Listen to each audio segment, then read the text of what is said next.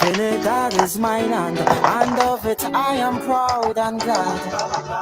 But I can't understand why some people just talk it bad. But I know all of them we running them out. Don't know what they're talking about. They were parents up like every day.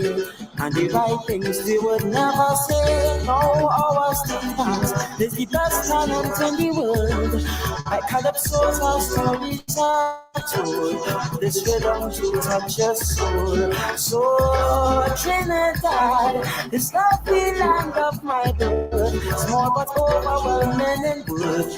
And as you know, Carnival is the greatest project on earth. When it comes to beauty, Trinbago is second to none. We are penny commission when the first way of transition. And if you want to talk about art, we have the tree through the right crack. And if you want designs that excels, we have the Fallen and Peter Mention. And the sportsmen are rated best in the world. Kishore Malkatta and Music Crawford, they both brought us home a gold. And I must mention Atrobo and Richard Thompson, Ryan Lava Records did not broken. And our men and women cricket champions. We have oil and gas, but that's not our real assets. It is we the people, our skills and our talents. It don't matter what it may be, you will always find a trainee ahead on top of this. This is why I'm telling you this. We have to believe and stay true to who we are. Forget Europe and America and bring back our culture. Oh, hey, for we are truly a great nation. The responsibility that devolves upon you is the protection and promotion of your democracy. Democracy means more, much more than the right to vote, and one vote for every man and every woman of the prescribed age.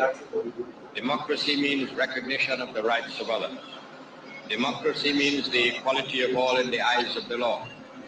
Democracy means equality of opportunity for all in education, in the public service, and in private employment. I repeat, and in private employment.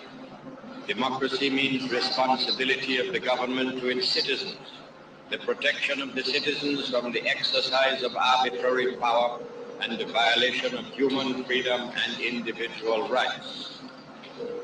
Democracy means freedom of worship for all and the subordination of the rights of any one race to the overriding right of the human race.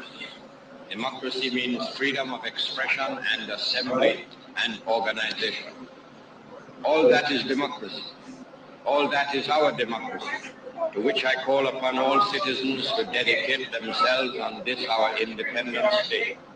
This is what I meant when I gave the nation as its slogan for all time: discipline, production, tolerance. Our national flag belongs to all of us.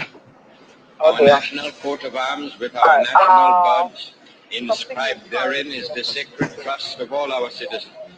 So it is today. Please, I urge you, let it always be so. Let us always be able to say with the psalmist, behold how good and how pleasant it is for brethren to dwell together in unity. Trinidad is mine and of it I am proud and glad. But I can't understand why some people just talk it bad. But I know all of them we running them out. Don't know what they're talking about. They were parents up like every day. and we write things we would never say. No, our stance is the best talent in the world. Like calypsos, our stories are told. With this rhythm, you touch your soul. So, Trinidad, this is the land of my birth. Small but overwhelming in good. And as you know, Carnival is the greatest party on earth. When it comes to beauty, Trinbago is second to none. We are Penny Commission, Wendy Fitzwilliams and just a lover. And if you want to talk about art, we have the chief right clock. And if you want designs that excels, we have McFarlane and Peter Mention. And the sportsmen are rated best in the world. Kishon Walcott and Maisie Crawford, they both got us so good. And I must mention Otto Boden and Richard Thompson. Ryan Lover Records still not broken. And our men and women cricket champions. We have oil and gas, but that's not our real assets. It is we the people, our skills and our talents. It don't matter what it may be, you will always find a trainee ahead on top of this. This is why I'm telling you this. We have to believe and stay true to who we are. Forget Europe and America and bring back our culture. Oh, hey, for we are truly a great nation. All we have to do is work together and keep Trinidad and Tobago our blessed land.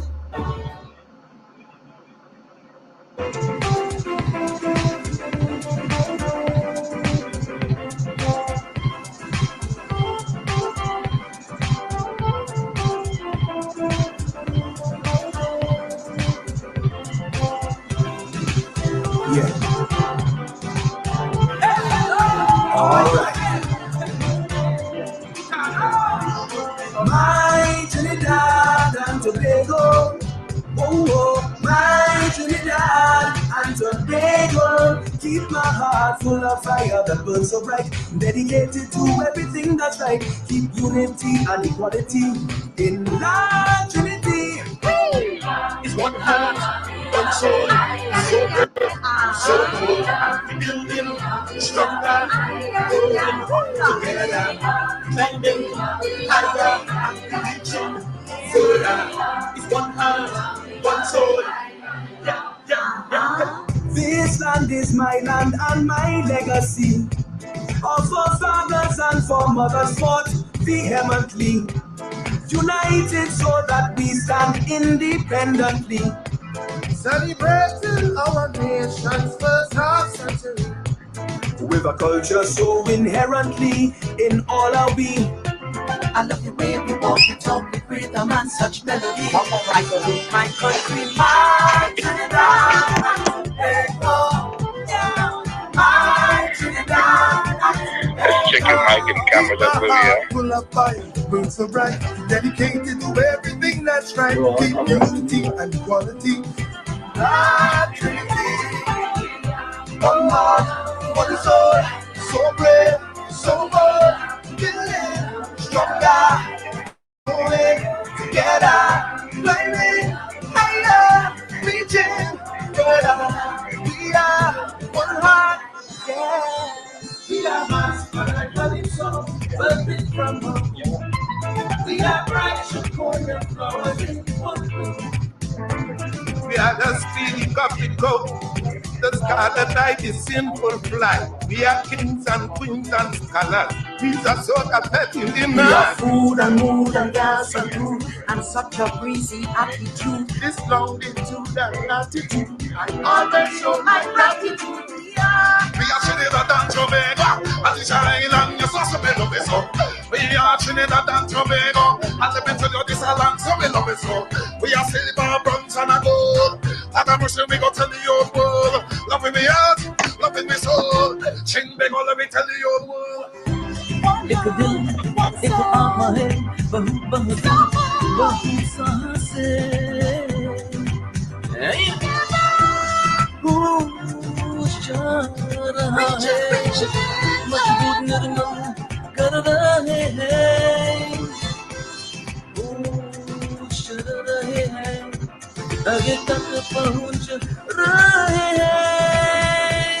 Oh island, here in the sea, that is deep swimming in oceans of integrity, aspiring and achieving with real unity, believing and nurturing that philosophy.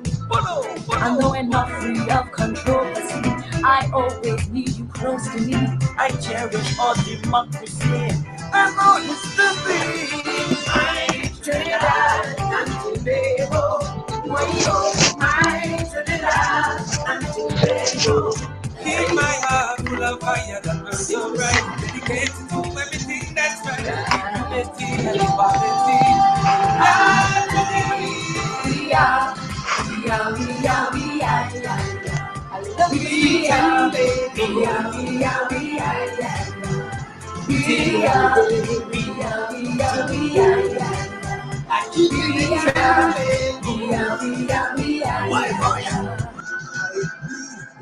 White and black, and there's no turning back. I see no other future.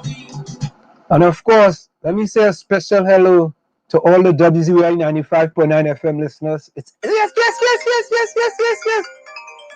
It's in the village with the dark triplets and WZY 95.9 FM. And folks, I'm getting a call from Trinidad and Tobago. Hold 1 minute. Yes, hello. Hello?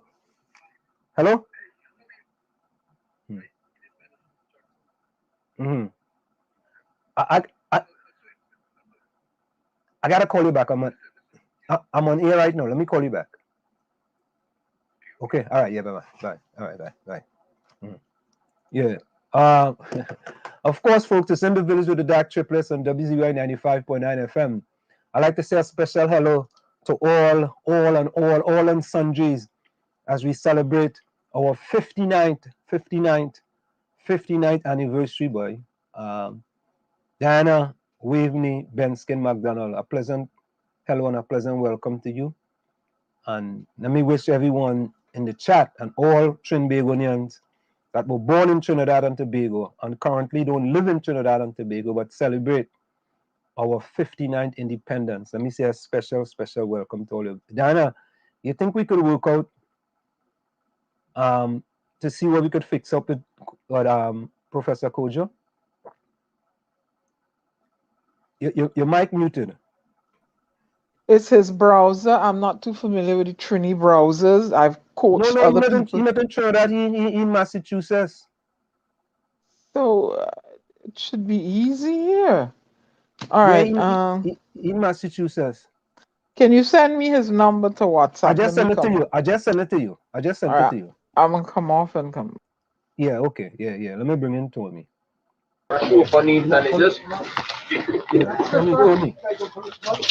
Yes, happy independence to everybody. Yes, happy independence. I'm in a noisy spot, but hopefully I'll be in a better spot very soon. Yeah, because we hear noise from the background. Yeah, because I'm actually in the grocery. I'm coming out in a second. All right, I just been listening. When you come out, come back in. Alrighty. All right, yeah, no problem. Yeah, so folks, we go yeah, no, we don't want that one. Hold on.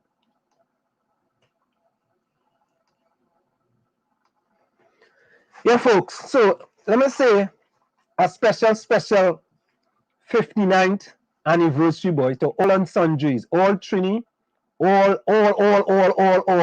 You remember when that fella, when there was cruising on Petrol Train, the fella say all. I say welcome to all Trinis. So I'm flying solo until folks, we're supposed to have Professor Selwyn Cudjoe any minute now, and then at 8:15 we're supposed to have, Phillip Edward Alexander. Right, so let me do these superlatives here. Right now we just do it here in the village with the dark triplets and WZY 95.9 FM. Of course, Takesha, Takesha Watax girl, you're inside. Takesha came inside 6:49.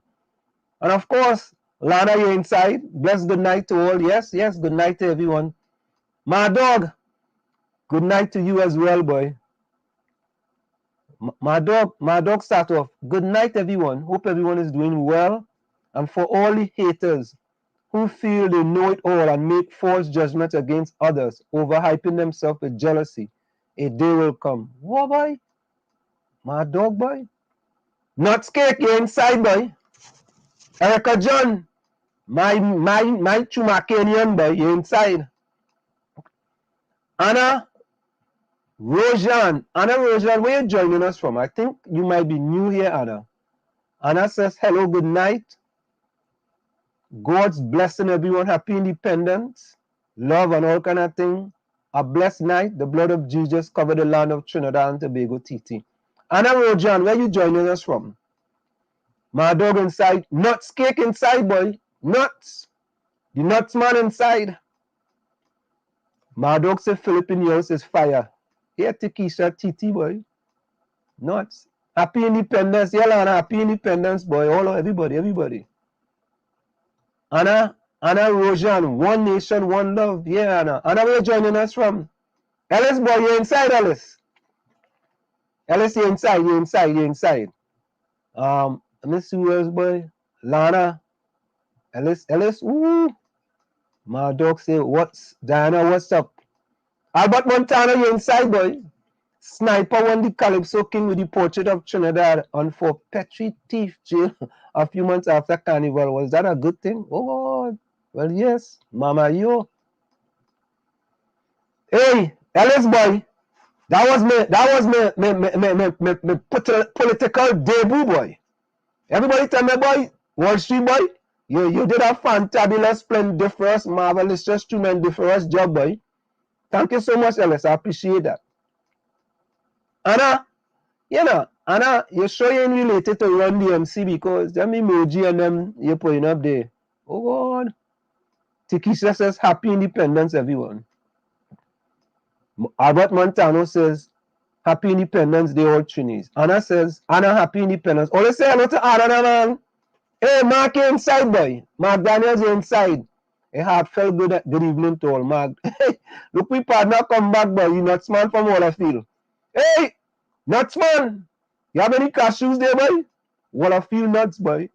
Waterfield, you even see Diana yet, they say beautiful Diana. What is that one? Waterfield, mother of dogs? What? Ellis says, Albert and my dog, thanks, but I didn't feel the independence vibes today. Ellis, why you didn't feel the independence vibes, man? Come on, man. What's that one? Anna, where you joining us from, Anna? You ain't tell me yet, you know. Always say hello to Anna, man. Where's that one? Hey, always real dead in Trinidad today. We celebrate up here, you know. We know about all, you know. We celebrate. Ingrid Boynes, welcome, boy. Good evening, all. Special evening to the host. Ingrid, we welcome you too, Ingrid. Ingrid, where you joining us from? Diana in the same mood. Where's that one, Diana? What mood you in? Ingrid Boynes, where you joining us from? Ingrid, you have a very, very well-known last name, you know. I wonder if you're from down, where that place is down there, boy? Down south town, where down, is it Toko, boy? Manzanilla? Yeah, boy. Only saying hello to Anna and Tony, you know. What is that story? They ain't saying hello.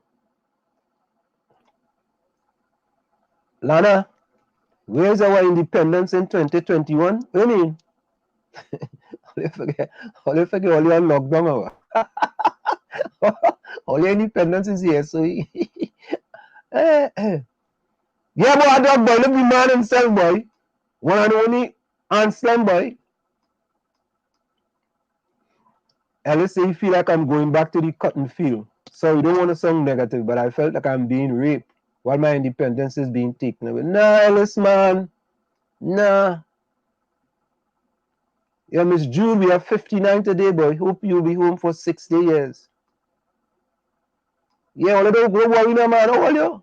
Wanna feel happy independence to you. All you kind of boy. All you're so, boy. At least I only listen to Brother Wall Street speech. Lana says, what we have for 59 years of Trinidad and Tobago independence. Lana, man, we have a lot we could talk about, you know. Hey, Diana, let's say you're looking beautiful as usual. Thank you, Ella. Yeah, let's say you're looking beautiful. All of you that say 59 years you say is independence. Tikisha says, well done, Ansem and Diana and your awards. All you know, and people in Trinidad say me and Diana trying to be relevant. Me, Tommy, Diana, and Gary trying to be relevant. And people are giving me all kind of awards left, right, and center up in this country. Can you imagine that? Then people in Trinidad disowning me. And we get all kind of awards here in this country. Answer and see if your guest is backstage now. Nah, he ain't backstage yet. I did all I could. And he clicked on the link. I did all. Yeah. Lana said Diana had a beautiful mask today, boy. Thank you, Lana. My dog, at what time Phillip is coming? Philip's supposed to come at 8:15 p.m., my dog. You know, where all your friend, little Jack Horner, he gonna sit in the corner. Well, I feel not say born in Trinidad, I never leave. I might make a boat and go to Tobago. What are you doing that for, boy? Let me see. Yeah, Lana, congratulations to Diana and Ansem. Thank you so very much. Thank you so very kindly. We really appreciate that. We really appreciate. But Robert, the shirt are yellow in it to watch. I'm gonna show you something. Watch. Down there is pink. Let me stand up. Watch. You see, it are yellow in it to look. Oh, you see? It are pink to it are yellow. Okay? The top just red. It are yellow, it are pink, it are all kind of colors, man. No go funny, man. I'm missing the white and black. Benison Jagasa, where you joining us from? Benison Jagasa, where you joining us from? Can you let us know where you joining us from? Miami Jesus. Diana and Ansem, how are you both? We doing fantabulous, man. Thanks for asking.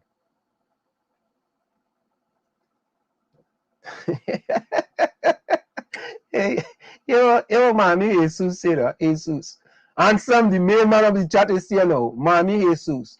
Laugh out loud. Hope you all doing well today. We celebrating the 59th anniversary of our independence, man.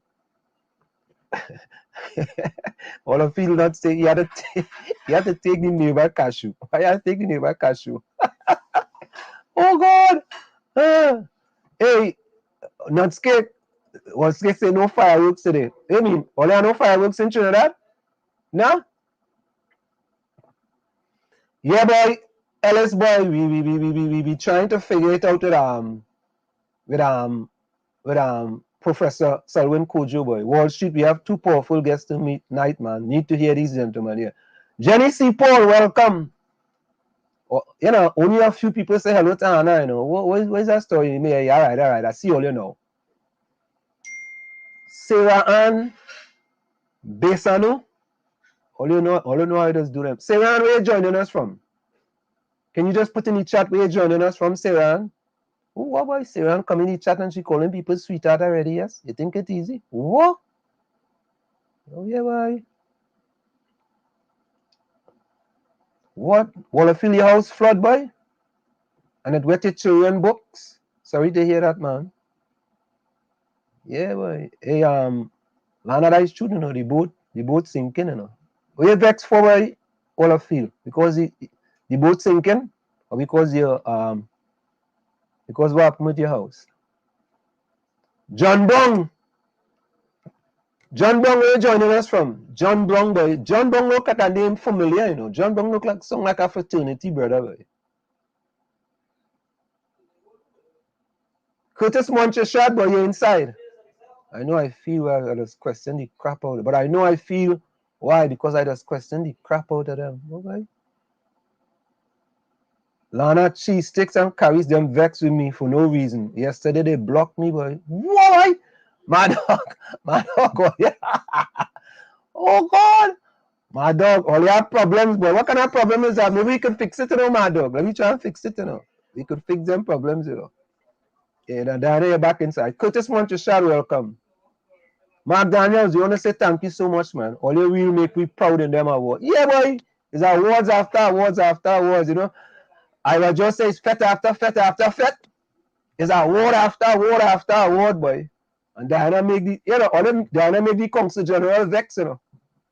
When she was giving his speech, the man shoots in us. She said, oh, God. And yes. I wasn't aware of that. Yeah. Hey, Tommy Mohammed, you're inside. Good night to the announcer. The announcer? What is it? Is the announcer? Miss Ben Skin. Yeah. Who's the announcer? That's a new name again, eh? Mm-hmm. Huh? Mm-hmm. Huh? Tommy, what's going on? Why are you so quiet? Tommy You're go on straight. you're on a diet? Oh, God, Ellis, you didn't say hello to Diana already? You're going to say hello? I don't know why. These people only hello Diana and all that kind of thing. Diana, I'll come back in when it's convenient. All right, babe. Thanks for reaching out to me. I'll come back in. Why are you so quiet? You're on a diet? Now in the grocery. You buying a Trinidad flag. Oh God. Oh no. It was made in China. So we going by ShopRite so you could get the right flag. John That Brown from flag? Philadelphia, right? Yeah.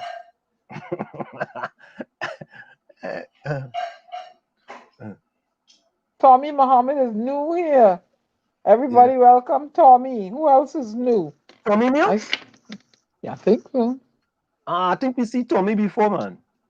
Yeah, listen now. Wall Street, when you started to talk today, a little bit again, you would have said we go beat them in the north, we go beat them in the south. Normal PNM thing. Let's look. Jenny C. Paul, yeah, she was here before. Yeah. Good night, Dr. Angus. How are you? Dr. Angus inside? Yeah. Dr. Angus, welcome. Vonnie Roberts, want to know if you have new glasses then. Then I gotta move over to your right a little bit, you know. You only seen half your glasses. Yeah, here we go. He's seeing the full thing now. Full 100. Why Vonnie want to be all up in my Kool-Aid? Mind your business. I don't typical, know, Vonnie. Typical Marcocious Trini. You know how much message Vonnie sent on Ellis? Ellis said hello to you about 10 times already, you know. Hello, Ellis. I don't know what I'm to do. Lana, thank you very much. Congratulations to Diana Nansen. Yeah, but you know, Thank we get you. what kind of vote in America, you know. Thank you, Dr. Angus. Lipstick on point. You want to try some lipstick, Anselm? No, me no. You know, if you put lipstick on a pig, what does it become? Ooh. Remember when Barack Obama said? Is Barack Obama who said that? No, it was Donald Trump. No, it wasn't Donald Trump, man. Mark Daniel says, Diana, you ain't bet you could switch up the looks. Represent always beautiful.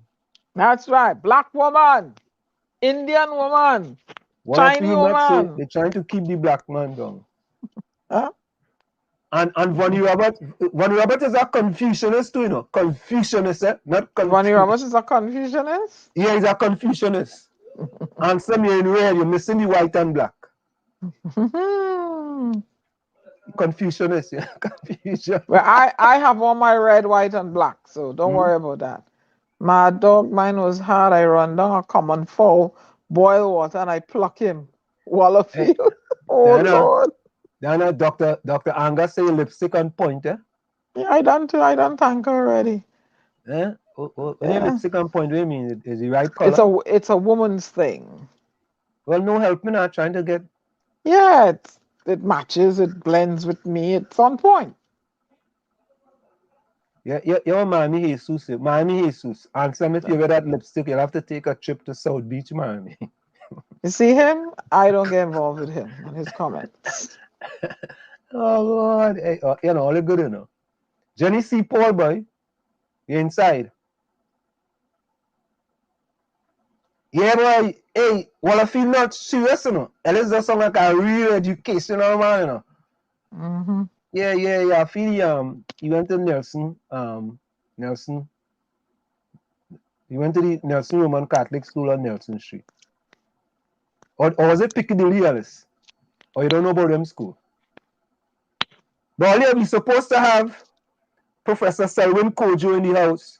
But he's having connectivity issues. No matter what I do, I don't know what he's doing on his end. Oh, good man, you know, he's a good fixer. Fix the man, you fix. I tried fixing, but you fix the mayor. You fix the. Remember when the air condition man come into your house to fix the air condition? Why you putting my business out there like that? All right, sorry. I take that back. I apologize. Remember when a repairman came to your house in order to assist you with an appliance in your house? Yeah, well, I followed his instructions. I don't know if Dr. Cudjoe is following my instructions. Maybe it's his equipment. I don't know. But I sent him the link. You know. No, don't need the game, man. Yeah, I'm not trying. LSA he attended Diamondville Government Primary School. See, you went to big school, buddy. Diamondville Government was a big school? Well, anytime you're from Diego Martin back then, you know, you're in business.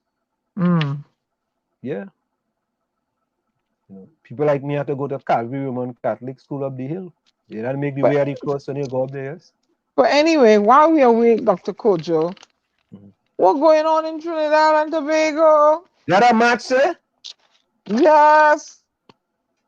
Really? And I understand that the authorization for the thing come down late. It came through late, yeah. And I find I was a mama guy. You know why? They give it to them on the most inclement day. They were going to have inclement weather. And they're only allowing for 20. What kind of... That ain't sending no message. 20 you know? people assemble at one time or 20 6 feet apart? I think it's 20, the maximum allowed 20. That's what I got from a text message from someone who said they're in a SOE, only 20 are allowed. So I'm like, all the while, David was begging for people to come out. I didn't see nobody come outside their house and I don't know. Yeah. But the march, it is the beginning, And it didn't have parliament going on either. Yep, you're absolutely right, Takesha. There was no parliament going on, so that ain't making the message that was supposed to be sent. That was a mama guy. That was a mama guy thing. Not on the part of Jason, and the people that walked with him. They're part of Tommy. You're making noise. On the part of the authorities that issued that thing to have him, gave him the permission to walk, at the late time, I wasn't feeling it. I didn't see the powerful message sent. I saw a community in Carapo, they ain't getting no water from Wassa, and they came out inside in their community and hold up the sign. Why everybody else can't come out in the community and hold up the sign? Everybody don't have to descend on Port of Spain. Everybody doesn't have to, you can descend on your, in your immediate vicinity and hold up your sign. But Hey, you see what Ellis said? Look what Ellis said. Ellis said we have, let's say we have misleaders, no real leaders. Only 20 people. Look, Jenny's telling me they're only allowing 20 people. And then they said all this police to try and contain 20 people. So with that in mind, happy and independence don't belong in the same sentence today. No, man, we gotta celebrate with independence regardless. No, that's you can. I beg to differ. Happy and independence don't belong in the same today. And David Bell's got a ticket. That's why our watchword of discipline, tolerance, and production. And I have a problem with them 3 words. What's the problem? I have to be very careful what I say. Discipline, Yeah. tolerance, and production. Mhm. Discipline, tolerance, and production. But Diana, I'll keep saying it over and over. But the man is not saying, the man is saying that that's what we need. And people have to have some discipline, right? And we only have discipline for certain things. We have discipline for certain things. You know, watch. I like Juve too bad, right? Juve too bad. If Juve starting 3 o'clock in the morning, we are very disciplined, and then we go get there 2:30. So we could be ready to enjoy it. In addition to that, here we are very disciplined. When we come to the United States of America, and we had to wake up 6 o'clock in the morning to go out in the snow, to go and walk, we disciplined for that. Very disciplined, right? And we have a lot of tolerance for snow. We tolerating snow too bad. We walking through the snow, but we had to walk a mile in the snow. Mm-hmm. So we have a selective type of discipline and tolerance. With them three what? With them, who bring them? Who give them three what words? Dr. S. Williams. Kudos to you, Dr. Williams, for getting us independence from Britain. But you could have choose 3 different words. Nah, I think those, we can differ. Diana, we can beg to differ. But Diana, listen to this. Listen to this. We can beg to differ. But Diana, if I choose A, B, and C, somebody can sue. You know what, Ansem? You should have choose D, E, and F. People could always differ when you make a certain choice. There could always be something better or something worse. Always, always. Right? Because it's words. Right? You can use a words in a certain way, and a person can play on those words. Let me give you an example. Right? When Dr. Keith Christopher Rowley was on A Brighter Morning with Bo Terrari, and he said about him, right, him running again, I'm paraphrasing here, running again for the leader of the PNM. He didn't say it exactly like that. But the newspaper had an article indicating that Dr. Keith Christopher Rowley stated that he's going to run for a 3rd term as leader of the PNM. Now he said something. He's not. Don't count him out. He's not a lame duck or something to that extent. I heard it. He did. You know. Right. So that can be translated. Interpret. Right. And I said maybe he's a lame cocrico. I have to interpret it. Right. Correct. So we have to interpret that. So when a man says discipline, for me, Diana, discipline is significantly important. Okay. When you're done, I'll rebut. Everything in life we do requires some type of discipline. Everything we do requires some type of discipline. Agreed. Right? There is. I mean, listen. When you go into work, it requires some type of discipline. If you have to wake up at a certain time, if you have to catch a bus, you have to get a bus at a certain time. It requires some type of discipline. Production, very important. I hear you, Whatever you do in life requires some type of production. If you are not productive, right? If you are not productive, then you cannot be the type of person you want to be, right? And tolerance is important because we as a people have to be able to tolerate each other. If you can't tolerate people, you'll have difficulties in life, right? If you can't tolerate, you know what we have in Trinidad now? We have a big toleration problem. That's why we in the quagmire we are in Trinidad and Tobago. We have a big discipline problem. We have a big production problem. And we have a big tolerance problem. And who fault that is? You could blame plenty of people for that. Who fault that is? Now let me tell you what I see. Discipline, tolerance, and production. In the era in which those words were assigned, they were breaking away the navel string from, those people, that had we strangled and Yeah, maybe I don't know. Maybe I wrong. Maybe I better leave it there. Because if No, you were this is how I see it, Anton. I might be wrong. I never say I'm right, eh? mm, In the era in which we got independence. mm, And we got look who we got independence from. The same people, eh? The mm, same people who went and snatch we, kidnap we, and bring and disperse us all up and down the Caribbean. Right? mm. All right. And whip the hell out of we and in America and make we build the empire. Discipline we and make we build the empire. Disciplined us. Right? That's the discipline I see. The tolerance. We learn to tolerate all of that nonsense. We tolerate the whippings and the segregation and wherever they dished out. And we tolerated it. And we did discipline our behinds because we had to produce. That is how I see those three words. I'm sorry. To me, that's not what That's those how three words meant. well, that is how At that I point see in them. time, no, at That's that how point I in see them. time, what Dr. Williams was, well, let me say this, right?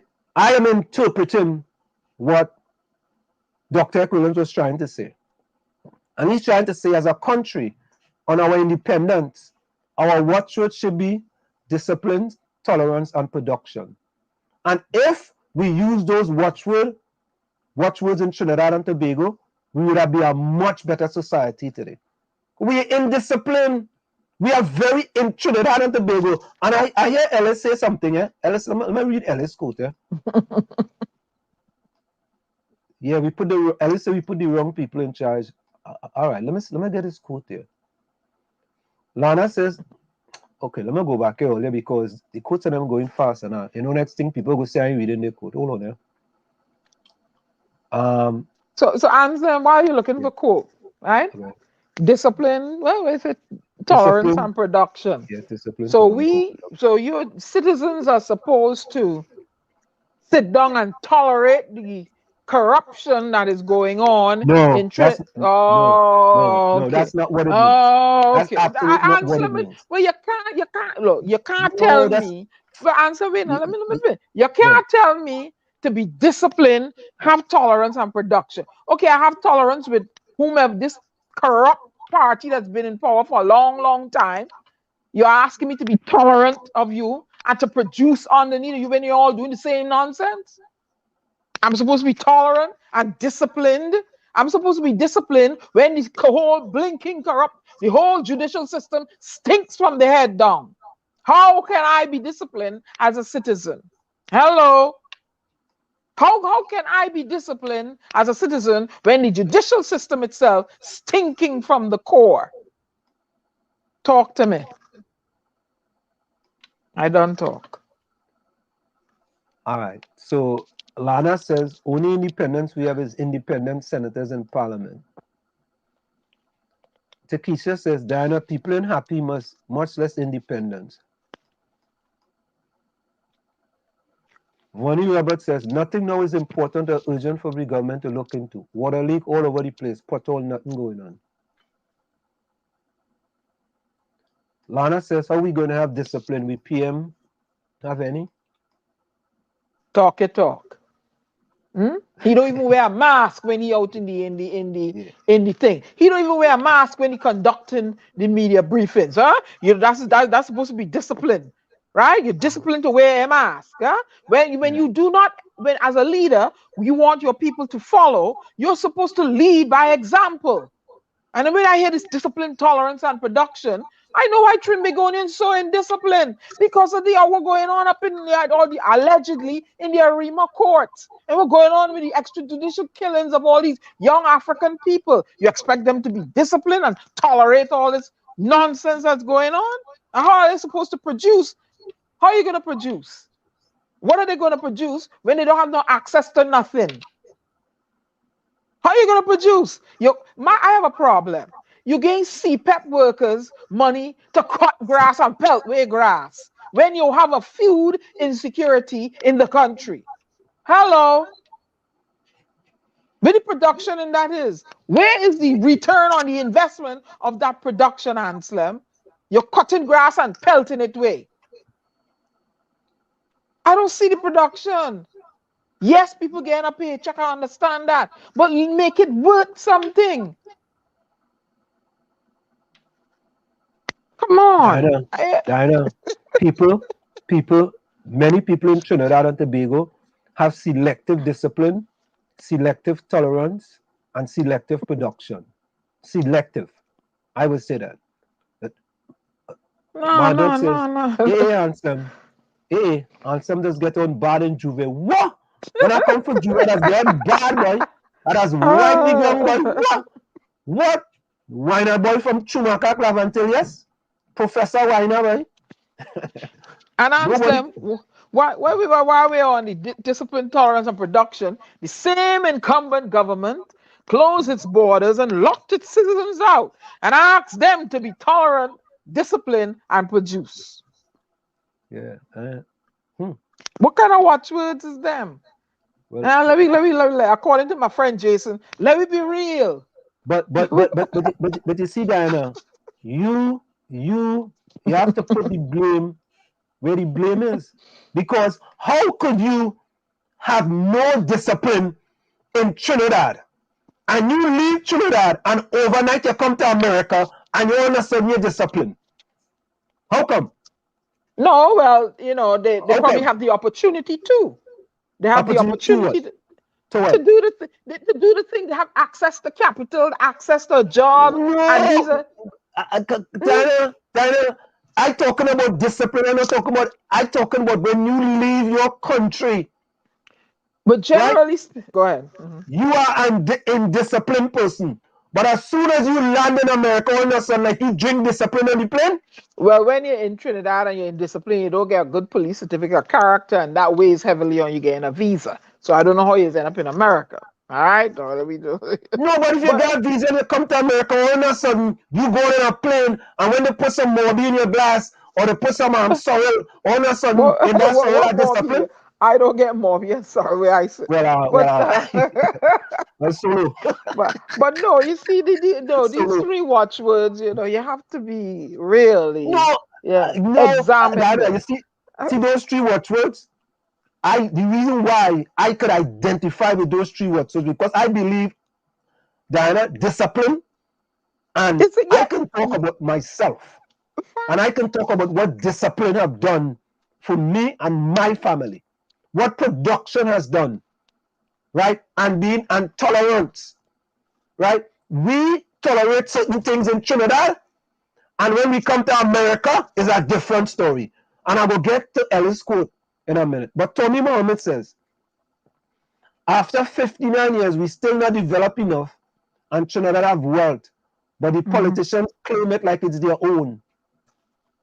For me, you preach 100% full 100. Now, you see, Tony, you didn't say whether it's party A or party B, right?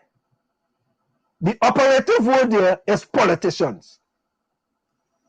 That is the operative word, because we have politicians in Trinidad and Tobago going government, sleeping upstairs from our bakery, and when they come out, they own the bakery and they own about 5 houses on the block where the bakery is. They own the bakery and they own the house outside of the bakery where they used to rent, and they own 5 other houses, right, on the same, we just call it block where they used to rent. Oh, come on, man, we keeping it real. Ellis said that in Trinidad, we have the criminals in Parliament, but America has locked them up. Yeah, listen, that's the next thing. You see, in America. Excellent, Lana. I like that. Yeah. Excellent. That is, that's where discipline, tolerance, and production come. But when you don't see it in the people that supposedly running the country, of course, the populace go get out of hand. But you see all kind of alleged, misdeeds. What do you think the populace going to do? They don't care. But Diana, all right. The leader, whoever is the leader, Marco sell out and backbite. What's that? That's Kingsley Marco. We watch where should be Marco sell out and backbite. Yeah, Lana said tolerance and sure that gone. Not all of you not say, I wish I could sell nuts in America. You know? Hey, Miami Jesus say, I highly agree with you, and some I disagree with Diana, boy. Yeah. No, I know why he disagree with me, because I block him. You could disagree with me all you want. You can disagree with me all you want. That is just my point of view. If you have a leader if you have institutions that have corruption ingrained in this fabric, in the system, and the way things run, people watch their leaders and how they behave. And if you see that you're going to have indisciplined citizens, they're not going to. The patience is, the tolerance level is going to be slim, and they don't want to produce nothing because they're not motivated. But they like it so. No, they don't like it so. Yeah, of course they like it so. No, they don't. All right, they don't. Call an election tomorrow and you go see. They don't want to produce nothing because they're not motivated. They're not motivated to be disciplined, and they're not motivated to be tolerant, and they don't want to produce nothing because they're not motivated to be disciplined and tolerant, because they don't want to produce nothing. You want to hear the wheel go round and round? Okay. But wait, let me tell you school. We're going back and forth here. Ellis said, Dana, you are right. Wall Street don't compare US with Trinidad. Yeah, Ellis, on everything what they're wearing in Trinidad, almost everything, or they're wearing the same thing that they're wearing in the United States of America. Again, selective. Trinidadians just leave Trinidad overnight, and as soon as they land in JFK Airport, them spitting more Yankee more than anybody else. Who's that? Trinidadians. Really? And then people, oh boy, what's going on there? I'm going on the road, boy. Yeah, I'm going to see you when I come back. As soon as they go on that plane and call land in JFK, yo, man, what's happening, brother? How you doing? Yeah, no. I Beige and tomorrow, Trini here for you. Beige and Trini for you all the way. Anyways, I'd like to come in to the village. Go ahead, come into the village. Come into the village and get a rock pelt at you. Come on. No. I want to. Let me finish Ellis quote. In America, people just make jail when they thief. In Trinidad, we are leaders when they thief. See that part? They're real, boy. One other one. Tommy Mohammed says, typical Trinidadians are relatively hardworking and loyal. Tommy, you're right. You're absolutely right. You know, I did not. I wouldn't agree with that. No, but what I'm saying, I agree. You know, I agree with that, Diana, because we may have 10% bad apples in Laventille, and the broad brush, the whole of Laventille, as them is bad people, them is this and them is that. Tommy, go ahead. On behalf of the Caribbean Commission and the Trinidad and Tobago Flag Raising and Independence Committee, I'd like to thank both you, Diana Benskin, and Wall Street, Mr. Anselm LeBon, for being so very good at what you did yesterday, addressing our assembly, and Diana with her wonderful poem, and Anselm with your wonderful keynote address. I think it was a great value to our community yesterday at our independence celebration. And I want to thank you, expressively thank you on behalf of the commission. You're welcome, Tommy. I want to come again. I want to come and create a storm. But you know, on me last year, in 2019. All right. Last year was last year was a blank. Yeah, last year was a blank, but I year before that they honored me. So I didn't know that, Broad Street was so nice, boy. Broad Street, nice. I'm gonna spend a weekend over there. I'm gonna see Eddie Griffin, my favorite comedian. I staying over there the whole weekend, shopping, hanging out. Yeah. Miami Jesus and say me speak like a bicycle wheel, boy. Was a bicycle wheel? What do you mean it a spin? I mean you need a spin, and it's like a bicycle wheel. Ellis, you had a double entendre, therefore, boy. The first part, I made the whole flag fall down, yeah.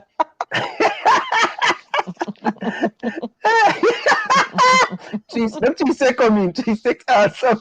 I see you now hard to make the flag fall down. Yeah, it almost hit me too. Yeah. But meaning that eyeball, I still keep it going, boy. Anyway, Okay, folks, it's in the village with the dark triplets on WZY 95.9 FM on this 59th Independence Anniversary. We want to say to all Trinbagonians, all parts of the world, we want to say happy 59th anniversary from all of us here at WZY 95.9 FM.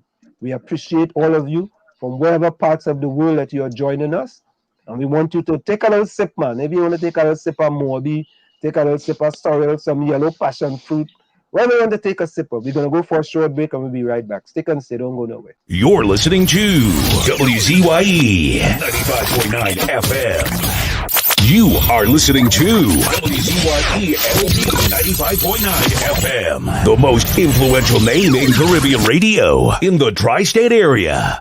Broadcasting from East Orange, New Jersey, the most influential name in Caribbean radio, WZYE 95.9 FM.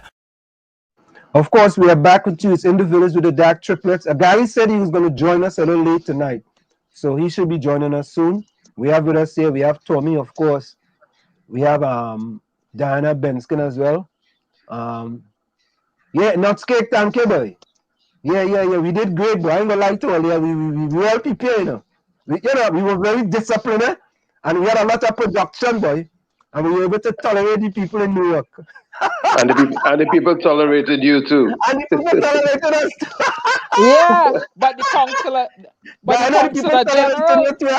the consular general thought I was mighty in discipline.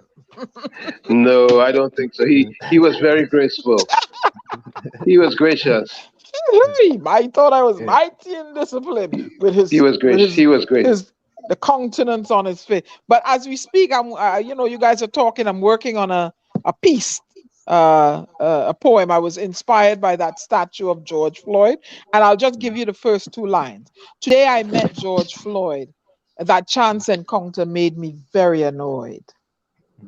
Yeah, that was a beautiful, man. Mm-hmm. Did you take a photo with George Floyd, Diana? A whole heap of them, man. I take one. Mm-hmm. Are we really independent? We're dependent on China right now. Yep. For me, Lana want to know where she snacks. Where is her snacks? Snacks, yes, snacks. Oh, she didn't come to the event yesterday, but she can come to next year's. You could have sent she some snack by TT Post, man. You don't have a TT Post on Broad Street? Huh? Oh, no. TT Post shut down for COVID. Okay. You see, Lana say answer Ratans have everything in Trinidad and Tobago. Everything. Only let's go and buy all kind of American thing down there. Everything. I bet you Ellis just go down there and buy the American thing too. He wear all kind of, I wonder if he wear any pants, he pants down by the ankles too. I wonder. There's all kind of thing only like in America. Only love America too bad. Made in China. Good thing no cheap thing no good. And that's if the election call tomorrow, plenty ballot box will go missing. Oh, Easy, no boy. Hey, Haley. Welcome, boy. Haley, you're inside. What acts? You're inside. Thank you, Takesha. Oh, Lana says, I'm disciplined to get my job. I'm tolerant to tolerate my boss, and I'm productive to carry out my duties at work. Correct is right. Yep. And this is Wall Street. I made a point. America cannot be compared to Trinidad. America does lock up criminals. We have them in parliament. Parliament. Oh, Lord. I have to introduce you to Tommy Joseph. You just come with some 41 sometimes. All right. I think So Tommy Muhammad says, what about having, hey, where little Jack Horner? Anybody know where little Jack Horner is? What's wrong with him? Tommy Muhammad says, what about having to pay $14,000 for 2 weeks if you come back to Trinidad in one of the hotels that taxpayers own? A good question, man. Yeah. it's only 14,000. I thought it was more. Now when you go in the hotel, 14,000 years. US? No, 14,000. Only ever said, how could you consider discipline when a former PM spoke of the present PM was called a raging bull? Mm-mm-mm. No, listen, to be honest Mm. with you, Trinidad and Tobago need to privatize many of them industries the government running in Trinidad and Tobago. The government should never be in the business or running businesses in Trinidad and Tobago. Keep a place like Wassa and all kind of thing. They need to privatize them things. Serious. And they don't need to privatize it by just giving it to a selective amount of selective people. Right? They need to privatize it to people who can get the job done. Right? You And see, not hand out to the financiers. you see, privatizing is one thing, but then you have to have control so that we don't have no runaway freight trains in the private sector, because that could also be very problematic. You know Yeah. that they're in the private public utilities here. There are watchdog agencies that are set up by the governance make sure they don't take advantage of the citizens. Mm-hmm. Now, I want to ask Ellis a question, and all you could see we interacting with people in the chat tonight, and we just keep it real, right, Diana? Yep. And Tommy, we keep it real, right? So Ellis says, okay, Diana, Wall Street can't answer these questions. PNM is the worst thing that ever happened to this nation. Now, Ellis, I want you to answer the question: what is the facts and evidence and don't come with no recency facts, What is the facts and evidence to make you believe that PNM is the worst thing that ever happened to Trinidad and Tobago? I'm asking. All right? I'm asking that question. Because you know something? Other people will just ignore that question, whether because if they might be supporting the PNM, just ignore the questions. I'm asking the question. All right? So anybody can jump in and give information. We already said Hailey. We already said hello to Hailey as well. Yeah, Tommy Mohammed boy. Tommy good boy. Tommy gain all the real competition boy. Tommy Mohammed, where you from boy? I feel where Tommy from? And where's your next guest, Ansel? No, it's 8:15. Okay. Tommy Mohammed, right now it have no opportunities for the young people. That's true, man. I mean, you know, I look at the healthcare system, and I remember one specific question, the one briefing we got into, and I had asked, what's his name, Imsbert, for if the Ministry of Health is going to be funded and get all the things they need, and he assured me to that question. But you have videos showing up on social media where you want paid citizens to lay on filthy beds, right? This young lady, Regatta Garcia, I don't know if her situation has been rectified yet. That's part of the Ministry of Health and Social Development. All them walk around in fancy suits and stuff, and people suffering. They're still suffering. I understand they talk about some system is being rolled out where checks are being able to be sent out now. I don't know if I read correctly. I tell you, they were going to let out these checks here to buy for the patrons to go and patronize the 1%ers bookstores and uniform stores. Meanwhile, their rent is still behind, their car notes are still behind, some of the utilities are still behind. The state should be paying those things, because you're the one to tell people don't go to work and earn a living to try to control a virus. Then provide something for the people. Why are you going and give them money now where they have to scramble to figure out who to pay, who to buy? Should I hold on to this for later? You don't know. The state should be providing the children book lists. The state should be paying a certain percentage of any back rent people owe. The state should be all these things until people get back on their feet, because you're the ones that took them out of their jobs. Takesha says, exactly, Diana. And not forgetting they're not for poor people. Tommy Mohammed says, glad you said that, boy. Phillip Alexander inside in the background.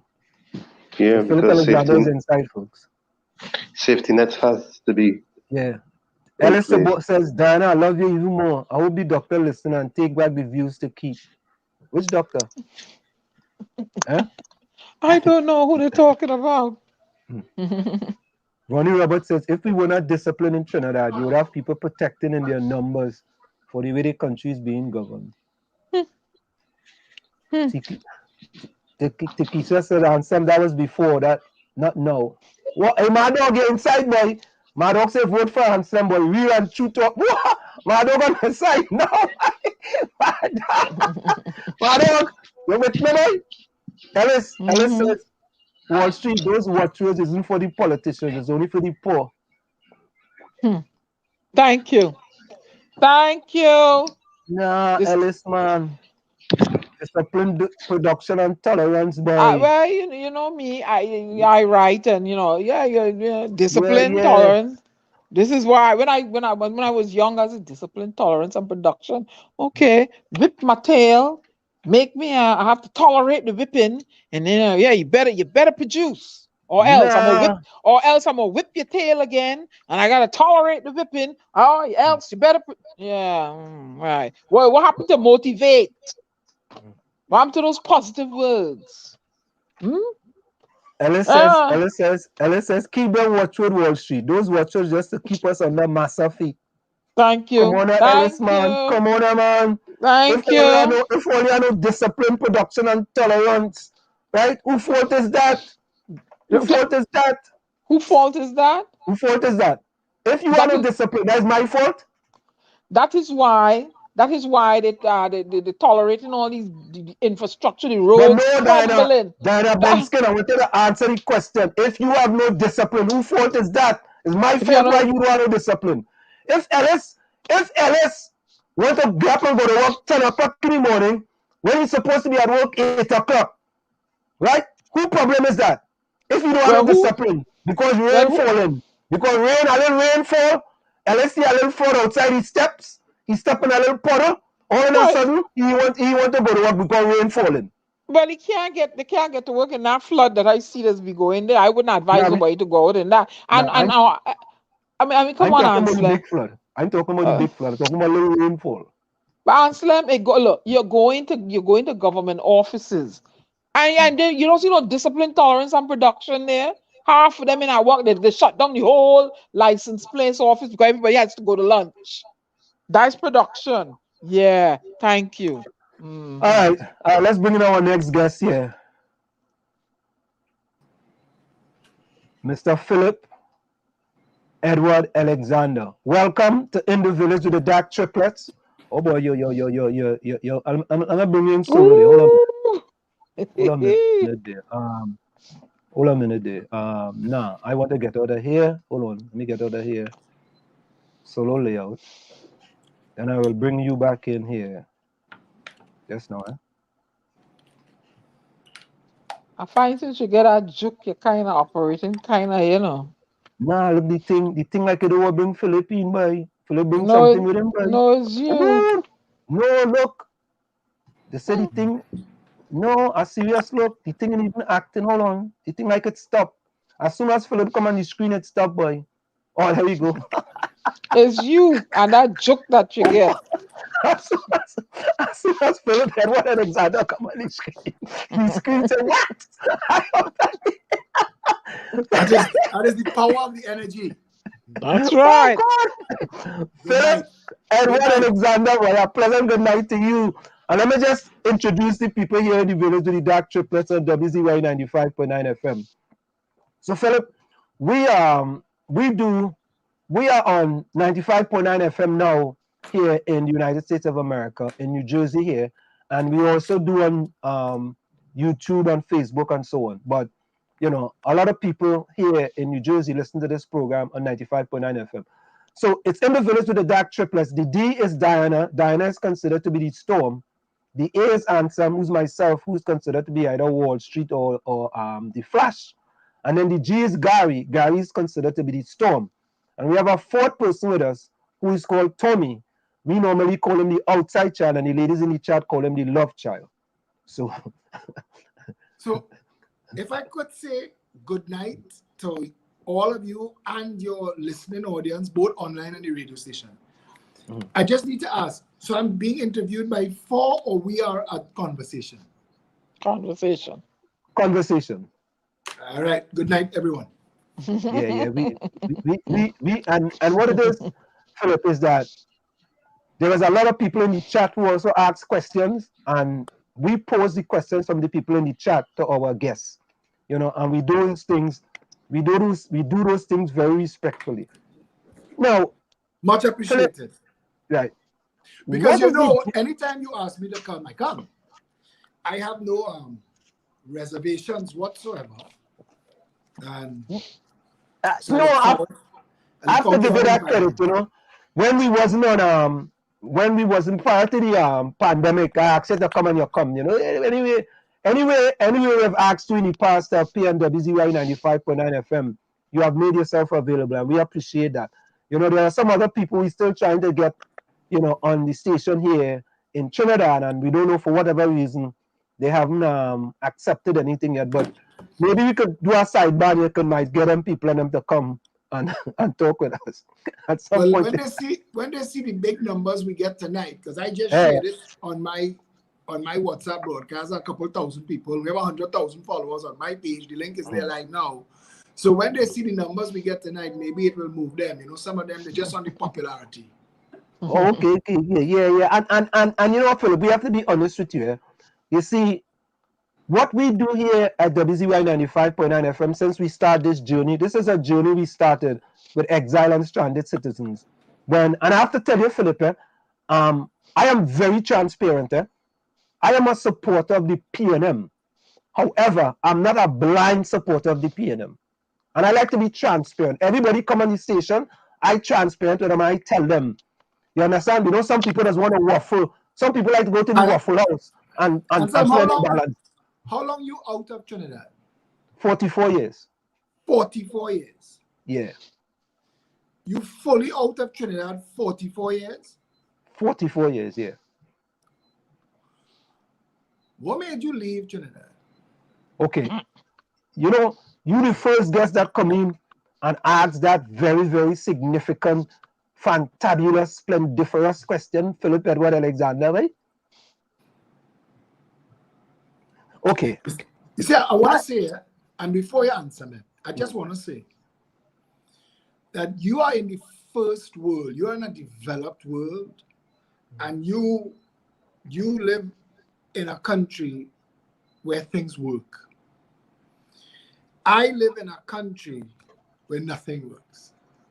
The Trinidad you escaped from has been further destroyed. Today's Independence Day in Trinidad and Tobago. We're 59 years independent. And we've made $3 trillion in oil and gas. We have nothing to show for it. We're broken in debt.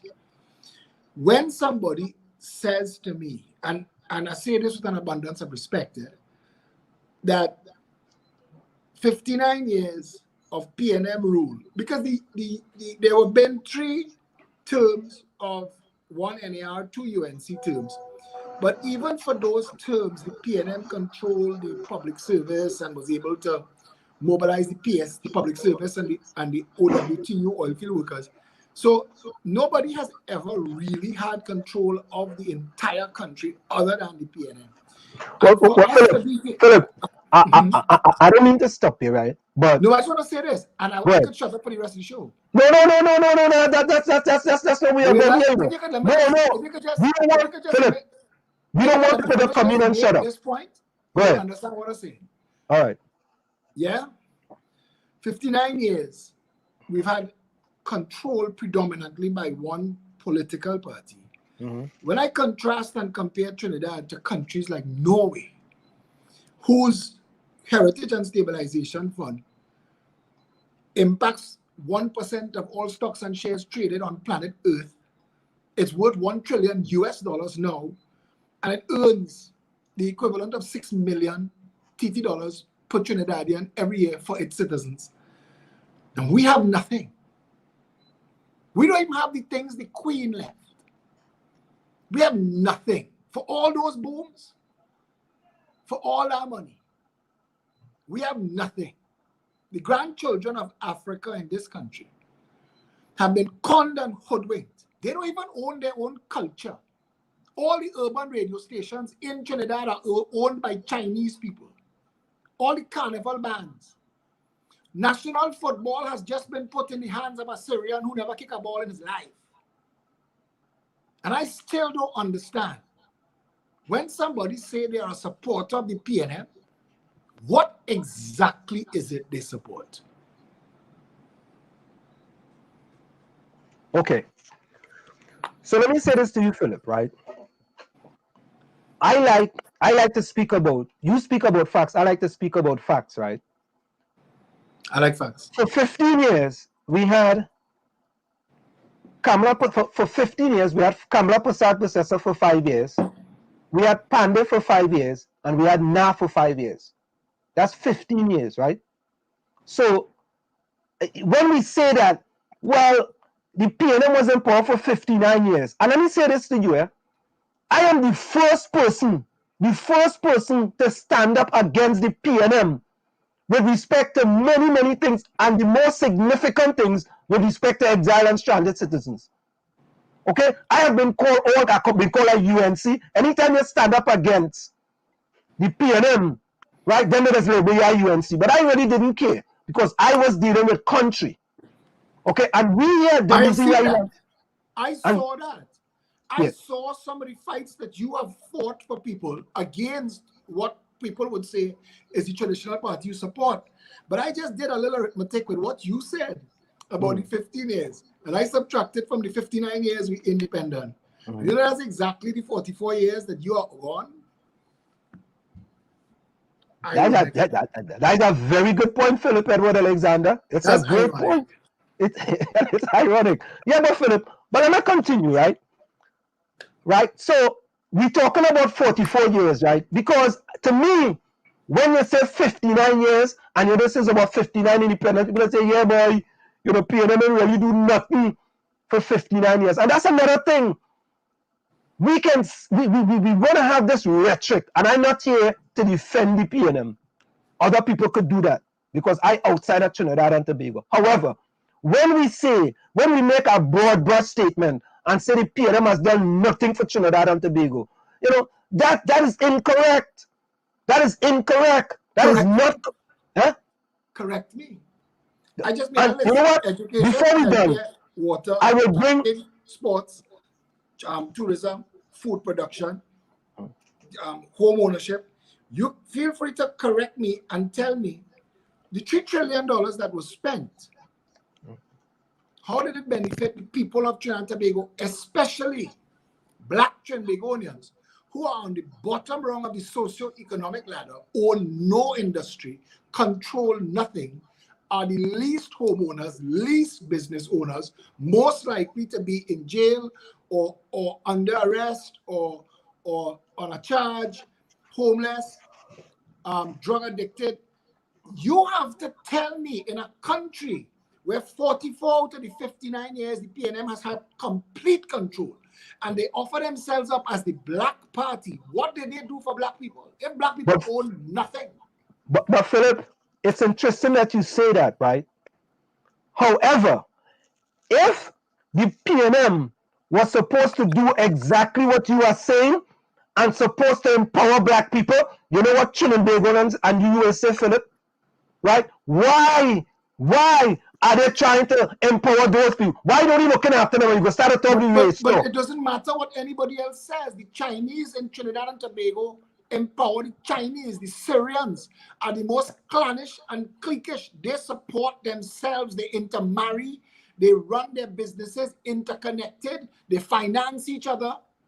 Why would anybody tell me that? All of these excuses, and I just want to say with an abundance of respect, because there may come a time, and so I might do like you and say to hell with Trinidad and leave and go to a first world country. I've been fighting for 28 years now, 29, for this country, trying to find a way to help the homeless, the orphans, the disabled.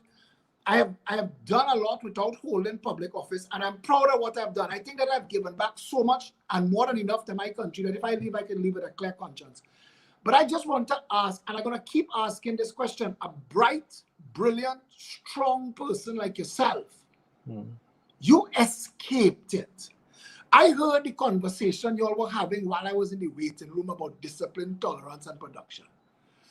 Those are not watchwords of a country, you know. Those are watchwords of a plantation. You've escaped the plantation. When you, in a first world nation, your children have access to first world education. You have access to the best healthcare in the world. You could make noise like anybody else in America. In Trinidad, nothing works. Nothing. What did we get for 59 years and $3 trillion made and spent? What did we get? So, Mr. Alexander, this is Diana. Good evening. I do not support any political party in Trinidad and Tobago. You're right. I will say that I escaped in 1978, right after I graduated from SAGS. I went back to Barbados, my parents' homeland, and I made my way on to the United States from there. But I found over the years, I've revisited Trinidad and Tobago, and I find it very difficult to conduct business. I'm trying to get back my ID card. That is a drama in itself. You want to open a bank account. You want to open a business. But you can't do any of those without your ID card. But yet I see they're giving the Venezuelans ID cards. So I say to myself, with my Trini Bird paper, and I work there and pay taxes, you're telling me I gave you a police report, lost or stolen, current ID, current information, and I'm telling you the truth. I don't live there, but I am empowering a cousin of mine to receive my ID card for me. What is so wrong with that? And that is what I don't understand with what's going on in Trinidad and Tobago. Where is the production? Where is the discipline? Diana, people are. When I say nothing works, we could have this show run for 10 days and Sam could open the phone lines and speak to everybody who message him on any of the boards. Just ask them, besides corruption, what works in Trinidad and Tobago?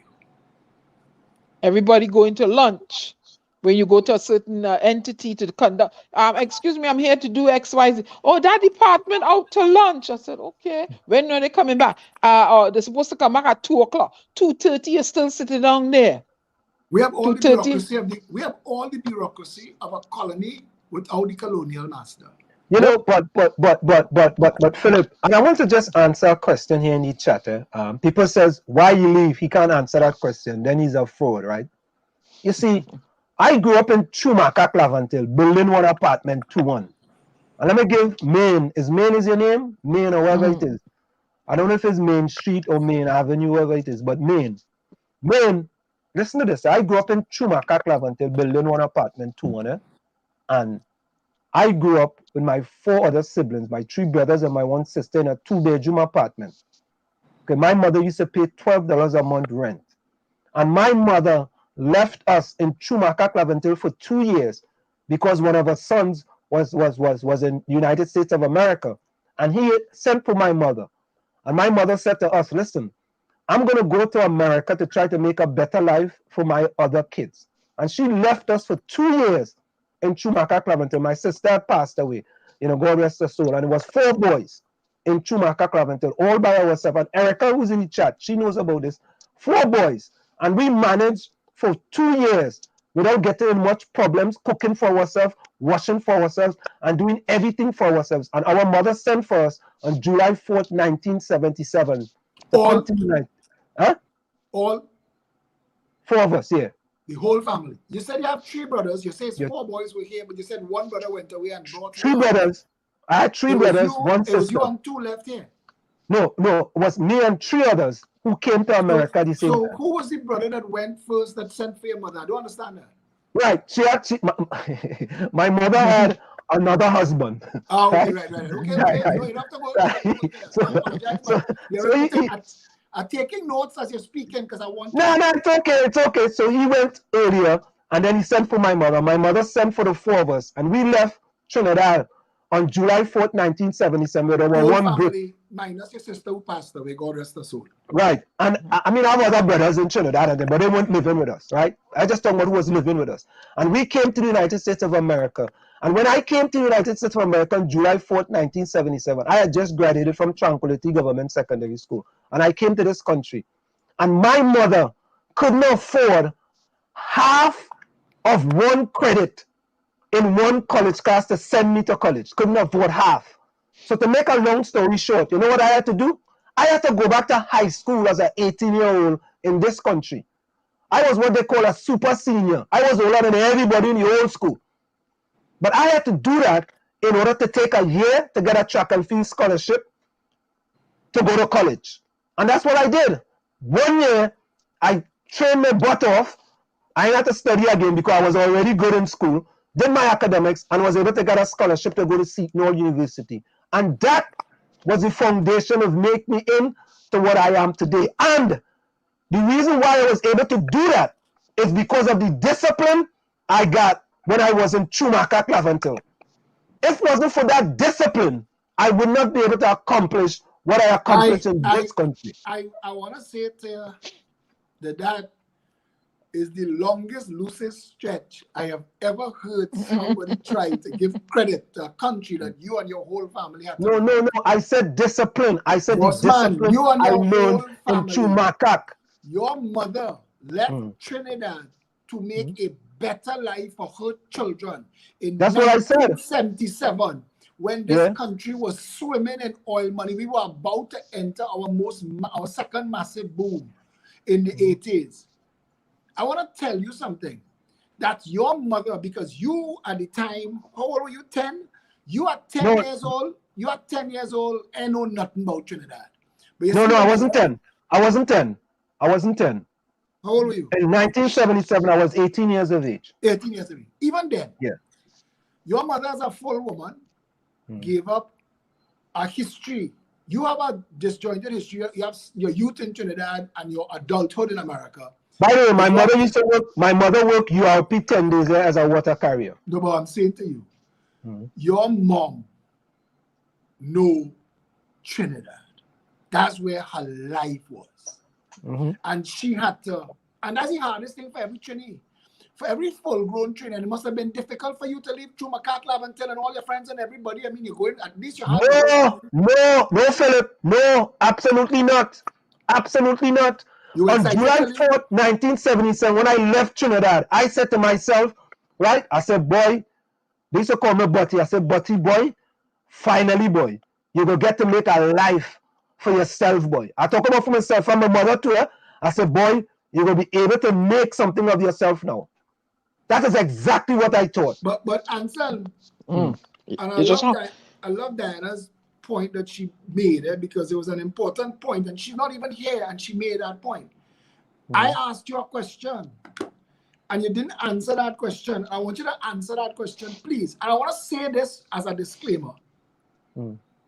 I think the United National Congress is a failed political organization. I think that they were able to corral the UNC's race response to Eric Williams' recalcitrant minority, that because everybody understood that the only way to take over a colony and control it is to divide it and rule it like the Queen and the King were doing. So Eric just continued that. And if somebody's racist to you and you respond to them racistly, then you racist too. And the UNC became the Indian version of the PNM, where if we get political power, then we will open the door for our financiers, friends, and family to loot the country. That's what was done. So I am not saying, and I don't understand, to be honest with you, in a country that had so many political options. I mean, you had options. The country had options. Why the racism? But I don't want to go down that road. I just want to clear the air so that nobody will think that I think that the UNC is somehow a better option. They've proven, and this version of the UNC has proven itself too weak to do anything different. There've been things that they did when they got into office, and we so damaged as a people that playfield lights, box drain, those things felt to us in a country that was starved for development. It felt to us like that was something. When you think you're in a first world country that cannot make some of the claims Trinidad could make. Trinidad has the largest deposit of renewable pitch on the planet. And at the same time, we have the worst roads in the world. And what is sick about this country is that the taxpayers pay at budget time to maintain the roads, and then they pay something called a gasoline tax at the pump to also maintain the road. And none of that money is spent maintaining the roads. The banks in Trinidad and Tobago sodomize and rape the people of Trinidad and Tobago. Banks provide absolutely no service to the middle class and the poor. Everybody have to hold their nose and bite their lip to go into the bank. And the consensus is you can either keep your money on you and risk getting robbed in the street, or go into a bank and get robbed in air-conditioned comfort. But either way, you're getting robbed. And the banks in Trinidad and Tobago, the government has never seen it fit to put financial service regulations in place that would empower and bring it back to the grandchildren of Africa, who, because there is nobody that you could go to in Trinidad and Tobago and say, do a survey of every loan application that came through this bank. You see, at the height of a pandemic, one of our banks just make $1 billion profit a quarter. In 3 months, they make $1 billion profit, raping the people of this country. There are fees for everything. You walk through the door, you're paying fees. They charge you fees on your bank account. If your bank account runs to zero, you're still paying the fees, but now they put you in overdraft, and then they're charging you a fee on the overdraft. And it is rape, and it is sodomizing, and the government has responsibility for that. Grandchildren of Africa in Trinidad and Tobago, here in Trinidad, where we have had a black party that called itself the Black Party, here in this country, black lives do not matter. Trinidad and Tobago. When you look at the condition of the vast majority of the grandchildren of Africa in Trinidad, you will have to assume that it was some racist government in power, and that Africans were a minority, and that they were treating them as a minority, not a majority, and that a black party was controlling the legislature, the treasury, the economy, and the social development framework. They had full control and used it to loot the country to the benefit of others. I asked you, you said in the beginning of this show that you are a strong supporter of the No, I didn't say that. Philip, I didn't say that. Said, okay, let's no, I didn't say that. I didn't say that. I said I'm a supporter of the PNM. Okay, and you cannot be just trying to understand. No, but don't add things to it to make it look more. In my mind, I heard when I hear supporter. No. I never said strong. No, I never said strong. PNM. And I just want to know, maybe it is that you're not seeing because you're outside so long. No, that's not true. But Philip, do you know Philip, all of the urban radio stations? All of the urban, you in media, you in radio, all of the urban radio stations that the black purchasing dollar. And this is the hard part, because I have said to Trinidad and Tobago, if you work the numbers, that the grandchildren of Africa could buy the largest conglomerate in this country on their spending power alone, even though they're on the bottom rung of the ladder, they can buy it every year. They could buy Samga group of companies for cash every year. They could have bought Clico for cash. That is the size of the spend, even though they're on the bottom rung of the ladder. I ask you, if nothing works, I was telling you in radio, they're 96.1, 96.7, 94.1, 102, all. are owned by people with the name of Gillette, Sung, Chowlinon, not one black person. The black television station in Trinidad and Tobago, Synergy TV, is owned by a consortium of Chinese people. Well, Phillip, there's one black owner. There is one black owner, Iowa George. Iowa George does own 91.9.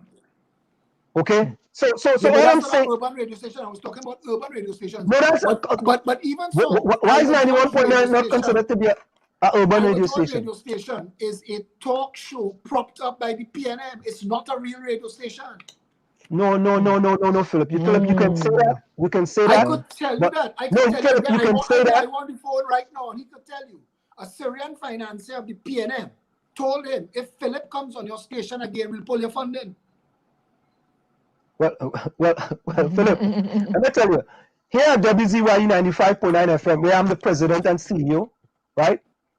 We made a decision that many people will not even think of making when you support a party. The decision that we made here, and I made that decision to put on a program called In the Village with the Dark Triplets and WZY 95.9 FM to address exile and stranded citizens when no other radio station in Trinidad and Tobago was even talking about that. They don't want to talk about it. They don't want to hear that, right? But I stood up. And again, kudos to you. And I want to show you that the country that I live in, that nobody will even think about that. There is a contempt among people in this country for each other. But Phillip, Eric Williams curses us with this idea of a crab in the barrel syndrome. But it's no lie. If you were doing this in Trinidad, you know how much time they kick you down and throw you down? I waited to see if Robert Haddad going and get the scrutiny that Jack Warner got. I tell you, Franco, man. But Phillip, let me ask you a question, right? Phillip. I know I talk like a black activist. No, Phillip, no, let me ask you a question. Phillip, I saw David Welch trying to do a protest march in front of the Weird House, and he was assaulted and abused. Then I saw you doing a march, and they treat you with kid gloves. Do you believe, and I'm asking the question, I don't know if you consider yourself part of the 1% or not. Do you believe, right, that based on your heritage, you are afforded opportunities in Trinidad and Tobago that a black, poor, disadvantaged boy from Mova is not afforded those same opportunities? Because when you were there, it is my understanding. Don't address it. Absolutely. And I want to So tell you, that. No, I am not 1%. 1% have nothing to do with skin color and hair texture. 1% have to do with money. But in this country, at the 1% level, it is predominantly a hair texture and skin color as well. So people get confused. But I want to tell you that that's what I said to you just now. I said that to you just now. There is a contempt for black skin. Talk it. But Phillip, just now, answer me. Ask me a question. Go ahead. Answer the question. Go ahead. Because David Welch, the reason I went out to do the march after was to prove a point. Why would I,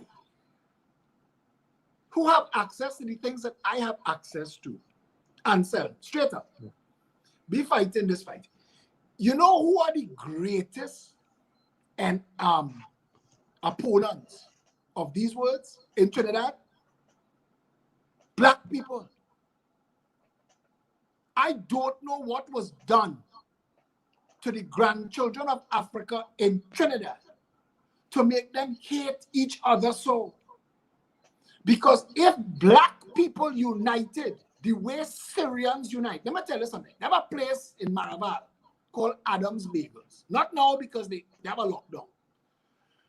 But every morning for breakfast, all the big Syrians pass through there, touch base with each other, sit down, they have a center spread table as reserved for them. They sit down, they eat it. In Trinidad, there's a Chinese association. You can't join unless you're a Chinese person. And the association is for that. There's a Syrian-Lebanese association in Trinidad.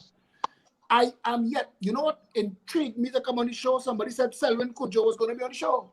Yeah. I don't know of a single organization in this country that is for the upliftment, the serious, not the take advantage of, climb up on the back kind of thing. I'm talking about the serious upliftment of black people. Trinidadians don't understand. I watched a show by Boudin, Anthony Boudin. He did before he died, before he killed himself. He was in Trinidad, parts unknown. And he interviewed the different races because he understood that Trinidad was a country divided by race. And one race said to him, we are 5,000, we are the smallest, but we are the most powerful. Now that race is my family. I am half Arab. And I had to tell him the next day, I said, no, jackass, you're not the most powerful, you're the most fortunate. Because there is another race, 500,000 strong, 100 times your race, that gives you labor and consumption, that gives you the lifestyle that you live. And you don't have the common sense to understand. And you are fortunate that they don't have the common sense to understand. Because if they did, they'd be eating their fried chicken. You see, you couldn't have 60 KFCs in Trinidad if African people wasn't eating that much KFC. And that spend could have been going to a KFC franchise owned. I don't understand why all the franchises that come to Trinidad and Tobago that rely on the grandchildren of Africa for labor and for consumption, that they cannot own one. How is that possible? And it is not like there is an Indian party in power or a white party or a Syrian party in power for 44 of the 59 years. It's a black party. But Phillip, all the black vote, the PNM is nothing. Phillip, Tom here. When we as business people go to the bank in Trinidad for a loan and they see that we are people of African descent, what do they do? Do you believe that they want to do business with us? Tom, you need to answer the question yourself, because I'm raising the points and I'm saying it frank. And I wish there was a way to get an inquiry into every loan application made in this country to see if there's been discrimination based on demographics and race. Well, you answer the question. It cannot be that an entire group of people could be set aside and set back so badly in a country where the party that they vote into office has held power for 44 years. I do not want to disconnect those 2 points. I tell Trinidadians all the time, the pillars of power in this country is your vote, your labor, and your consumption. Those 3 things uphold the entire society. And for their vote, they get nothing. But Phillip, you know something, right? I hear you 100%, right? But we had David Mohammed on this program with the Black Agenda. It took my and you know what people say? Oh, what's David Mohammed? Why you want to do this black thing? He should have a nationalistic view. And you saying that, right? But David Mohammed. Wait, 1 minute. Cannot make that statement. But they did, Phillip. You have to be more qualified in your responses, because all of the organized racism in this country takes place at every level of every society. Trinidad has been divided by race. When you form a political party in Trinidad and Tobago and you go on the media ask you, who's your base? Africans voting PNM, Indians voting UNC, who's your base? That is overt racism. That's not politics. That's racism. They don't ask you, what's your politics? What's your policies? What you're for, what you're against? Which of the divided races are you going to capture? That is what broke Trinidad. That is why your families are all out of here. Because even though in America, where blacks are the minority, you have a better life. Am I lying? Philip, he's speaking truth. no, Philip, you're speaking truth to power, Philip. But let me say this, Philip. And I like you being very honest and speaking truth to power. And that's what we like here in the village with the Dark Triplets and WZY 95.9 FM. But I want to read a comment for you. Ellis says, Diana, I'm not attacking the chat, but I'm listening to Philip. And I have to say, I love this brother attitude. But when David Muhammad was saying this, a lot of people wanted to kill him. The same thing you saying there, Philip Edward Alexander. But you know why? I had a TV show, well, not a TV show, an online show called Plain Talk. I had 13 guests. David Muhammad was one of the guests. And I had 3 shows on, and of those 3 shows, it was discussing the conditions of the grandchildren of Africa in Trinidad and Tobago. And I want to say this, knowing that I can't benefit from it, but nationally I can, until we, the people of Trinidad and Tobago, confront and resolve the circumstances around which Black people live in this country, we will never fix this country. In the world. Sorry? In the world. And I hear you, Diane, but I want to say to you, I really laser focused on Trinidad. I can tell you everything about Trinidad. The East Indian racist political response is a reaction to what happens through the PNM. And I'm about to tell you something else here now that will make this a worse conversation. The people behind the PNM are not racist. They are a practical bunch. They are a diverse bunch. And they're only interested in money. So they separate the 2 largest demographics in the country just for political hegemony. The PNM is the thin wedge of the population now. 322,000 people voted them into office last election. They're a minority government. 1.1 million people rejected them. But the country is so hopelessly divided that the rest of the 1.1 million people, instead of uniting and to unite with the 322,000 brothers and sisters who misguided and conned by the plantation national movement, blame them, curse them, shame them, name them. So on social media, we have a war constant. And people who do not benefit from racist politics in any way are fighting the racist war. And I don't know what was done to us as a people. All of my friends and all of my family, all, I say all, I mean all, every chance they get, they ask me, why do you do this? Of all the fights that you could have picked to fight in your life, why is this the mountain that you've chosen to fight on? But if we don't fix this, I have been the person that has been saying repeatedly, Morva, Beetham, Lavantil, Sealots, Patna, River Estate, Covine, Bagatelle, Rich Plain, Mason, Factory Road, La Puerta, Saganga, Abipujad, Big Yard, Scorpion, Hague Street, Point Kumara, St. Peter's, Caranage, Cocorit, Never Dirty, Harding Place, Gonzales, Belmont. That is just in the vicinity of the Lighthouse and West. That's about 300,000 suffering people. Those are all die-hard PNM communities. Why does that not add up? In between those communities are communities like West Moorings, Bayshore, Goodwood Park, Goodwood Gardens, Victoria Gardens. And in those communities, across the road from Cocorit, across 6 lanes of highway, there is a development called Bayside Tower, owned by the Sabga family. And Bayside Tower apartments, 1 penthouse apartment is worth 500 houses across the road in Cocorit.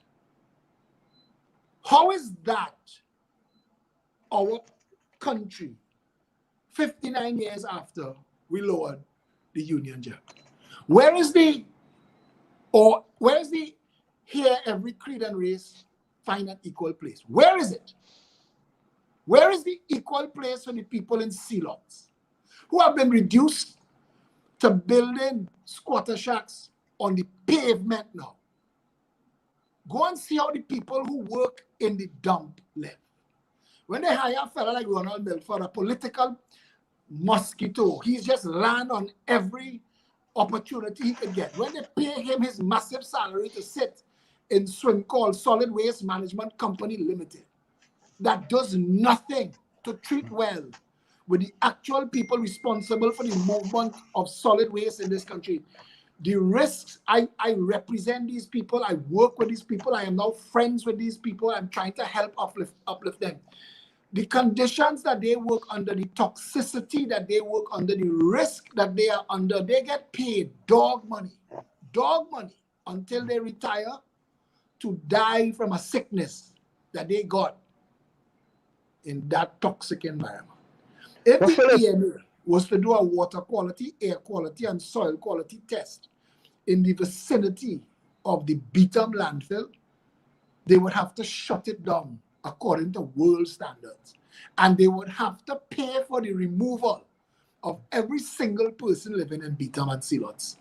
We are not having a conversation yet, you know. We're still sniffing around at it. Ensemble Born, I want to tell you, you have a powerful voice, and it is time for you to use that voice. If you support the PNM from the position of what are you doing for the people that keep you in office.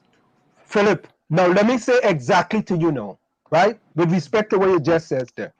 I have coined the phrase in Trinidad and Tobago. Where is the, say that again. The go along, get along. Well, yes, I have coined many people in the PNM, the go along, get along PNM gang.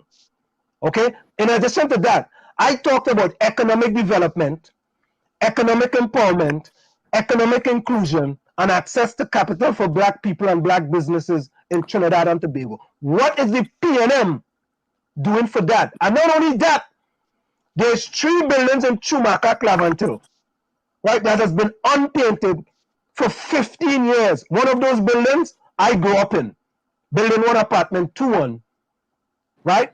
And in addition to that, there's been another building that's been abandoned since 2011. It burned down. They relocated the people to Oropool under the UNC. I don't argue with the UNC for that. I don't argue with them at all, because them people up there did not vote for the PNM. However, 6 years under the People's National Movement, that building still sitting there, and they have spent billions and billions and billions of dollars on the Red House, the Prime Minister House, the Prime Minister. I'm caught for that Red House. The UDCOT, a state organization, is suing me, taking taxpayers' funds to hire senior counsel to sue me for defamation. So Philip, let me just finish, right? Right? So people just talk all kind of thing, and I believe, me personally, I believe that I want to change for Black poor, Black disadvantaged people in Trinidad and Tobago, and that's my voice. That's my voice, and that's what I do. And you know what people that say, hey, look, on Wall Street fighting for $3 billion up there, and the PNM can't give them nothing. However, when I started to fight that battle up there, Fitzgerald Hines, who I call Phil Gerald Hines, right? I coined that phrase, Phil Gerald Hines, right? But Philip, let me hold that thought, because we got to go for a quick station identification. Of course, we have with us in the village to the Dark Triplets on WZY 95.9 FM, the well-known political activist in Trinidad, Philip Edward Alexander, better known as PA. And when we come back, Philip, we have a question to you with respect to Gary Griffith. You know Gary Griffith is your boy. But we have answer my question, but I will answer yours. No. When we come back, I answer all your questions. Right, my brother, I am here. All right, let's go for a quick station identification. We'll be right back. You're listening to WZYE 95.9 FM.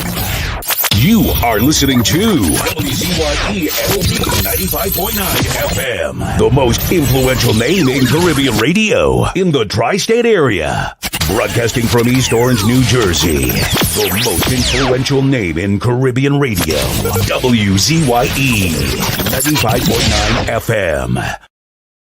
And of course, we are back with you. It's in the village with the Dark Triplets on WZY 95.9 FM. We come to you every Tuesday, Thursday, and Saturday from 7 to 9 p.m. And we have with us in the village tonight well-known political activist and, should I say, leader or former leader of the PEP. Are you still a leader? We are putting wheels back on the ground. Trinidad needs an opposition, it needs an option. So we are relaunching it, and yes, I will be the political leader on the relaunch.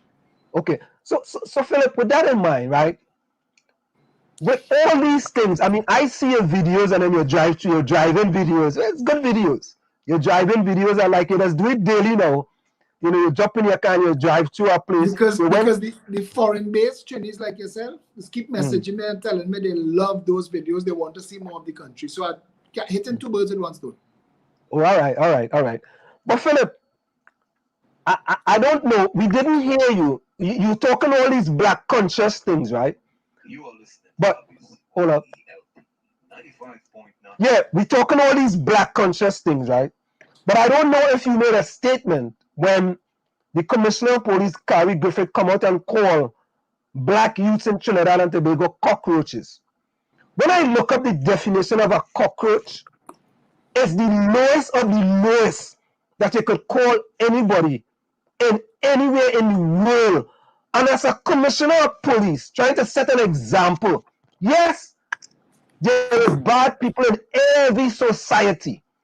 But when you're going to denigrate one community and call them cockroaches, I find that was unacceptable. I don't know if you have made a statement about that, you know, but what is your feeling about that statement that was made by the Commissioner of Police? Thank you very much for that question, because I was actually very close to the point when he made that, because he wasn't commissioner at the time when he made that statement. They rehashed it when he was commissioner. You are in New York City, yeah? Yeah, no, I'm in New Jersey. I'm in New Jersey. But if Gary's in New Jersey. If I call Tommy's in New Jersey. If I call the names Bill Bratton, Giuliani, and Kerrick, you know who I'm talking about. Yeah. Yeah, two commissioner of police, and one was the mayor and one of was New a York mayor. City. Right. Yeah. But they all share a common ideology, and the theory of broken windows. Besides broken windows, this is actually something else. This is in the actual policing, and it is iron fist, velvet glove. Now in Trinidad, that statement is not as racist as it would be in America, because in America, blacks are a minority. In Trinidad, it comes across racist because Gary Griffith is not black. You understand what I'm saying so far? Okay. If a black police officer had referred to the gang members in Trinidad and Tobago who were killing one another, we had a murder rate of about 500 people a year for about 20 years. That's a lot of people. We have a higher kill rate, not per capita. We have a higher kill rate than New York City. We had 515 dead in 2019 or 2018 when you all had 282 in New York. And they nearly fire Bloomberg. Our country, Trinidad and Tobago. And again, the gangs are field agents of a narco agency that is not controlled by black people. The real money isn't controlled by people of color.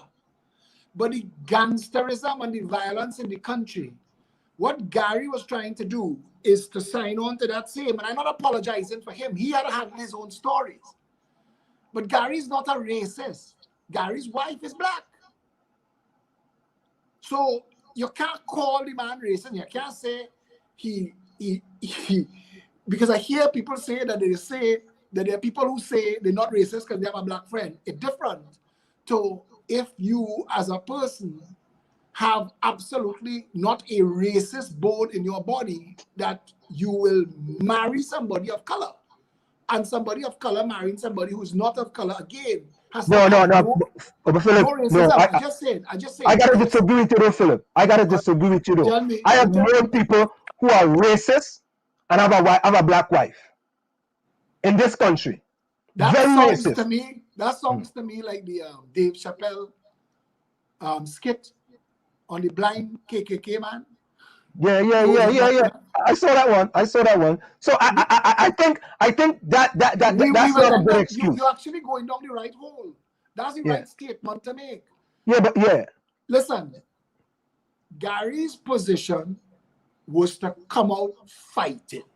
Gary wanted to provoke a response. It wasn't supposed to be a racist response, but you could, using words and a narrative, if you have the right size crowd behind you, you could turn anything into a racist statement if you want, or a sexist statement. We live in cancel culture now, so I understand that. But I have a question. Phillip, I don't think. Wait 1 minute, Gary. I don't think Gary Griffin will go into Goodwood Park and call them people cockroaches.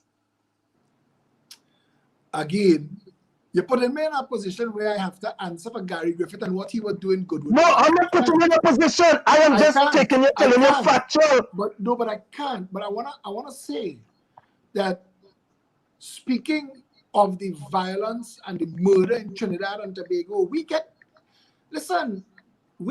this week gone here, 5 people executed in one shootout. You don't get that in New York. The place would be in uproar.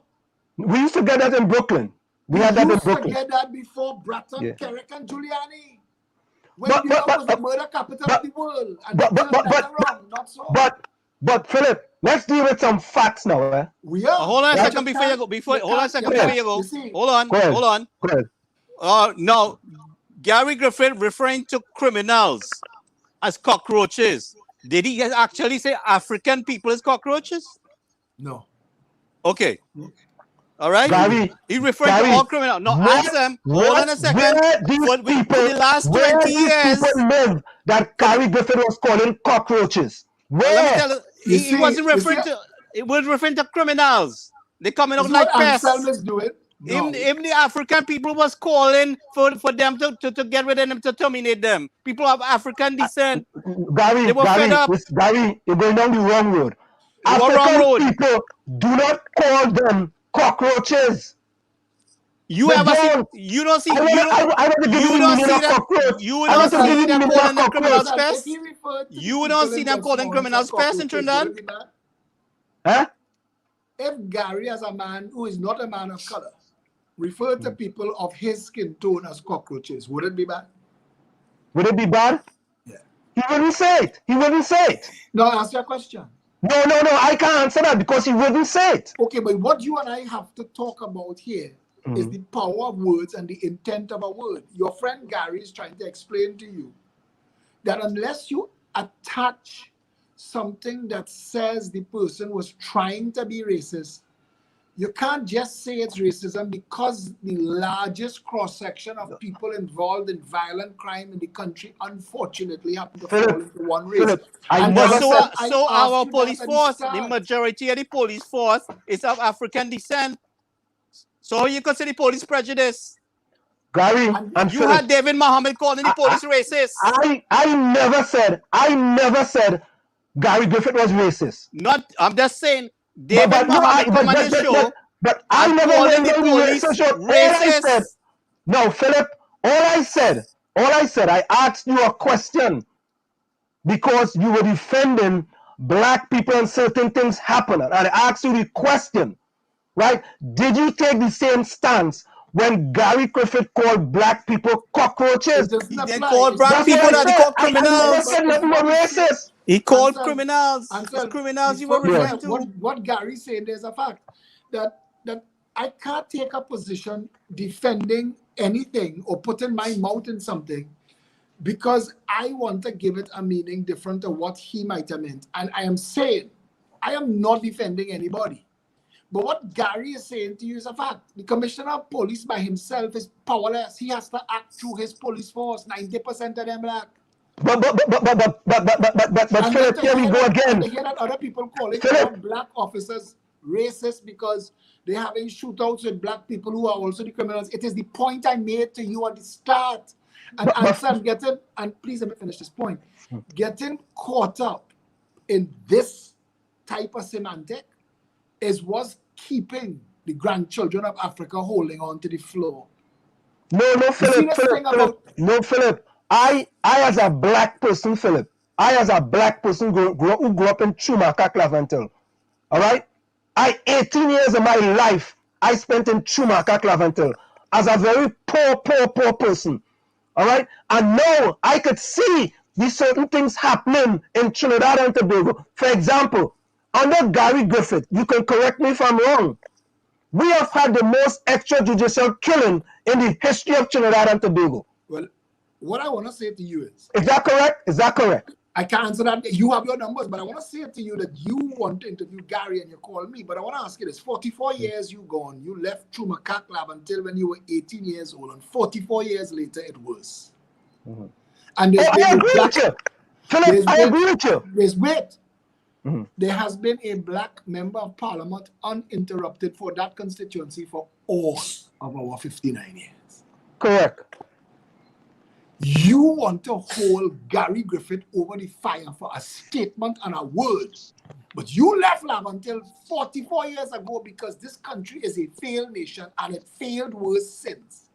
And I asked you a question when you said that you're a supporter of the PNM. What exactly do you support? And all of this is fruit of that poison tree.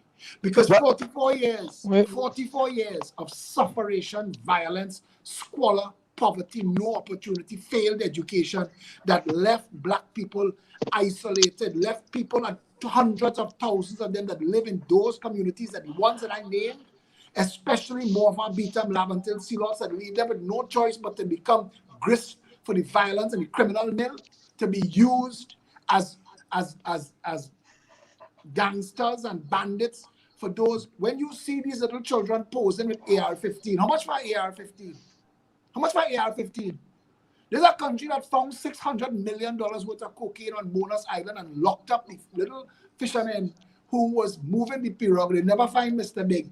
All of the 17 people that they jail for life, all of them that come from John Street, Cocorite, if you sell all of them, you can't get $1 million. So I have $600 million worth of cocaine in your jail there. Who giving them $600 million worth of cocaine? Philip, how many Mr. Big has Gary Griffith locked up?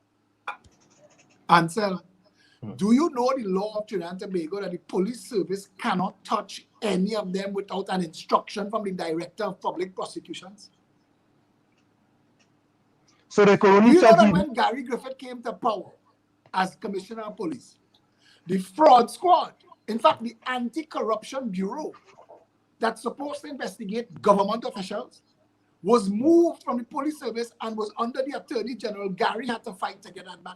Policemen, despite there being a separation of powers, was working for and answering to the political directorate responsible for all the corruption in this country.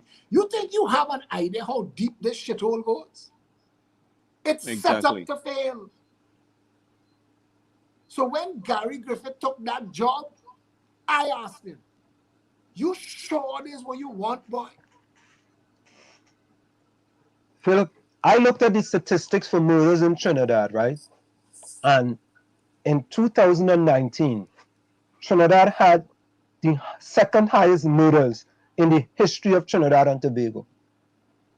Okay? I discounted 2018 because it was Stephen Phillip. Stephen, right? Williams. He was the commissioner until August 2018, and then Gary Griffith came in as the commissioner of police. In 2019, under Gary Griffith watch as the commissioner of police, we had the second highest murder rate in the history of Trinidad and Tobago, right? And then in 2019, I think it went down to 300. I have the numbers here, 300 and something, and that was because I think there was a state of emergency.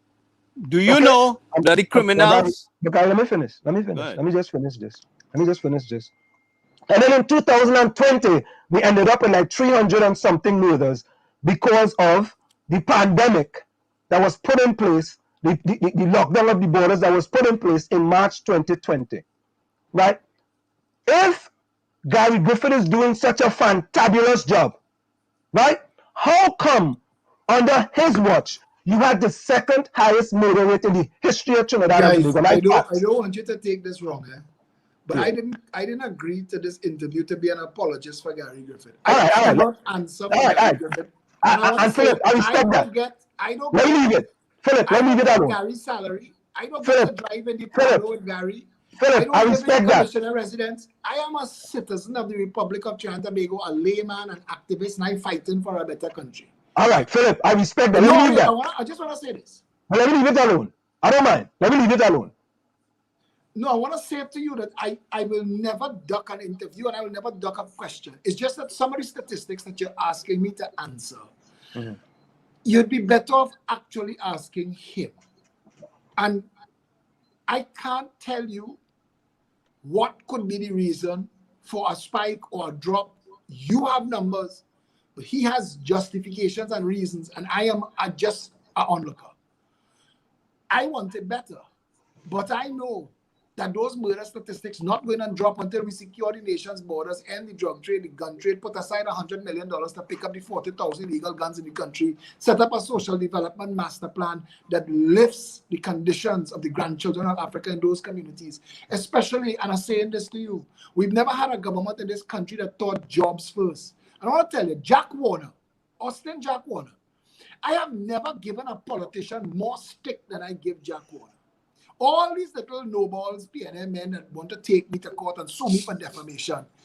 Jack Warner gets so much stick from me. I created a blog for Jack Warner. I created something called the Jack Awards. And for all the years that he was there. And you know, as an activist and the head of the Diego Martin Redevelopment Committee, I was the person responsible for the creation of the Diego Martin bypass because I was the person who sorted it out.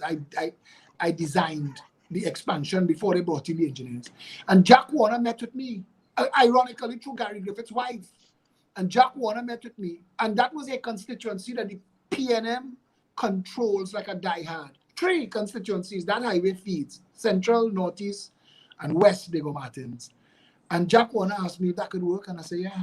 He bring in his other people and the head of highways and things. And they say, yeah, it's actually a good plan. And they put it in. And the predominantly black communities that spent hours in their cars, raised their children in the backs of cars for 2 and 3 hours trying to get home every evening, is get home now in 10 and 15 minutes because of that bypass. Jack Warner was the one who did that.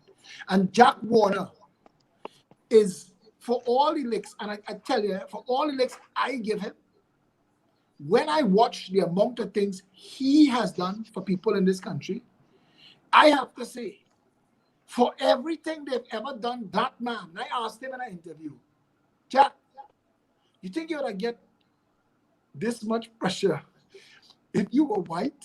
Jack's instant response was, if my eyes were blue. Trinidad has a contempt for black skin. The PNM is the reason. Let me say this, sir. That is the hardest thing to accept. Nelson Street, Port of Spain.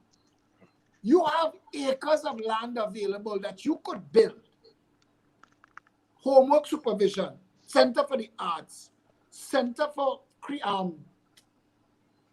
technical development, a technical skill center. This entire Nelson Street, East Port of Spain is hundreds and thousands of apartments that are HTC, NHA. People at the lowest bottom rung left behind, set aside. You could have built full football field, 3 small goal field, 2 basketball court, 4 tennis court, and still have room. You could have created opportunities for sports development, arts development, home for those academically inclined, and technical trained people to be mason, plumber. Well, you know what they want to do? A pan theater. Nobody don't make money from pan, except whoever in charge of Pan Trinbago that gets the gate for Panorama at Carnival time. But a pan player in Nelson Street, all they want to do is keep black people down to a level where they can never have open doors for them, because the day the grandchildren of Africa in Trinidad and Tobago get hope and opportunity, the entire economic landscape in Trinidad and Tobago will change. Because there is not a single business, not one in this country, that can exist without black labor and black consumption. So what the hell we really doing as a country? Now, Philip, I listen, I hear you loud and clear. And your example is that I have these examples because you know the old Workers Bank building, right? On Duncan Street, right? The old Workers Bank building, right? I requested that building to put up the Laventil to Washit Empowerment Center. And I requested that from the government. And I said, listen, the building will cost $1 a month, and we'll have a 30-year lease, and I will get the finances to renovate the building. I will put up the Laventil to Washit Empowerment Center. And in this empowerment center, you'll have SAT classes, you'll have ACT classes, we'll have entrepreneurship classes, we'll have business management classes. We'll have all these things for these people in the Laventil and environs. So they could come and what I'm doing, because I'm teaching global business, I'm teaching principles of business management, I'm teaching organizational behavior, right? I will put this thing in that building right there. But think about this. The chairman of the Go Along Get Along PNM gang, Dominic Romain, and I'm calling his name again, and Dominic Romain, I know you're listening. Dominic Romain, the people want to know if you are still the chairman of the ILP, or did you resign? Dominic Romain, the people wants to know if you are still the chairman of the ILP or have you resigned. So Phillip, back to the point. I requested that building to put up the Laventil to Washit Empowerment Center. And I can say this, right? The proposal went directly to the Prime Minister of Trinidad and Tobago, Dr. Keith Rowley. Directly to him. It didn't go to our second post. It didn't go to the Minister of Housing or the Minister of Social Development. Right? Directly to him. And when I realized that, wait, boy, them people and them don't really want to empower them people and them. Brother, that building bricked up and still shut. That building could be homework supervision right there on that corner, bricked up and still shut. Answer me this question. Why is Joel Martinez the mayor of Port of Spain? For any other reason other than he's call member best friend? Every car call member ever buy tax-free sell to Joel Martinez. Why is Joel Martinez the mayor of Port of Spain when they have fellas like Hillan who walking that road for all these years, who know Port of Spain? Why is he not the mayor? Why you pull Stuart Young, who know nothing about nothing, and make him super minister? Simon de Nobrega is a minister of communication. Simon de Nobrega trained to sell paint. That is what he has done for his whole life. You trying to tell me there wasn't a strong black person in the PNM? Why is Colm Imber the Minister of Finance? His entire career, if it not benefiting him, it don't benefit nobody. He's made a mess of everything he touched. Look at the fact, before COVID, Trinidad's economy was destroyed. COVID just gave them cover and an excuse. Why Rohan Sinanan, the Minister of Works? Rohan Sinanan trained to pack grocery shelf and gondola in from Foodmaster Supermarket. Why is Rohan Sinanan? Why? You understand any questions I'm asking you? Look at your cabinet. But why sham for Cudjoe? You have one black man in the cabinet. Listen to me, Fitzgerald Hines. And Fitzgerald Hines is not allowed to speak, and Fitzgerald Hines is not allowed to attend. Stuart Young speaks on Ministry of National Security issues in the public. Even at the declaration of a state of emergency where the rights and civil liberties of the Trinidadians were taken away, the Minister of National Security, Fitzgerald Hines, a strong black Rasta man, wasn't allowed to speak. What is the message? Phillip, let me say this. We here at WZY 95.9 FM have addressed that over and over. And let me go even further. I've took them on head on, straight up in the face, straight up in the alley. Let me say this. I was the person who looked at the Minister of Finance, Colin Burt, the Minister of Works, Rohan Sinanan, the Minister of National Security at the time, Stuart Young, the Minister of Energy at the time, God rest his soul, Franklin Khan. Look at that cabinet. And I ask the question, how could you have a black prime minister and the top 5 ministerial positions in that cabinet doesn't have one black individual? Michael Kwamina is Rowley lawyer. Why is Michael Kwamina heading Heritage and Faris Al-Rawi, who don't even qualify to be an ambulance chaser? Faris Al-Rawi is a mortgage and lease lawyer. Why is Faris Al-Rawi the Attorney General in this country? Faris takes 5 tries to pass to become a lawyer. Faris write laws that the courts and the judges have sent back to say, "Oh, do something better with this. This is not a proper law." Why is Faris Al-Rawi, Johnny Sukaran, before he changed his name, why is he the Attorney General? The Trinidadians who uphold the plantation national movement have questions to ask of themselves, because the Nahus family, who Faris Al-Rawi is married into, is earning hundreds of millions of dollars every year to rent some buildings that the government doesn't need and the country can't afford. But the average black person who votes the PNM into office, the best they could hope for is a OJT, a URP, a CPEP, or HDC house. The house they get in that they have to pay for now, they're paying 5 times what it worth. The government paid builders and contractors to build those things 5 times what it should have cost. This country, you cannot, and Anselm, I come to the show tonight to tell you, I watch you stand for people and I watch you get licks from PNM people, and I wanted to jump in the conversation and say, you know what, Anselm can handle stories. But I'll tell you something, you know, the PNM does not deserve your support. Whoa.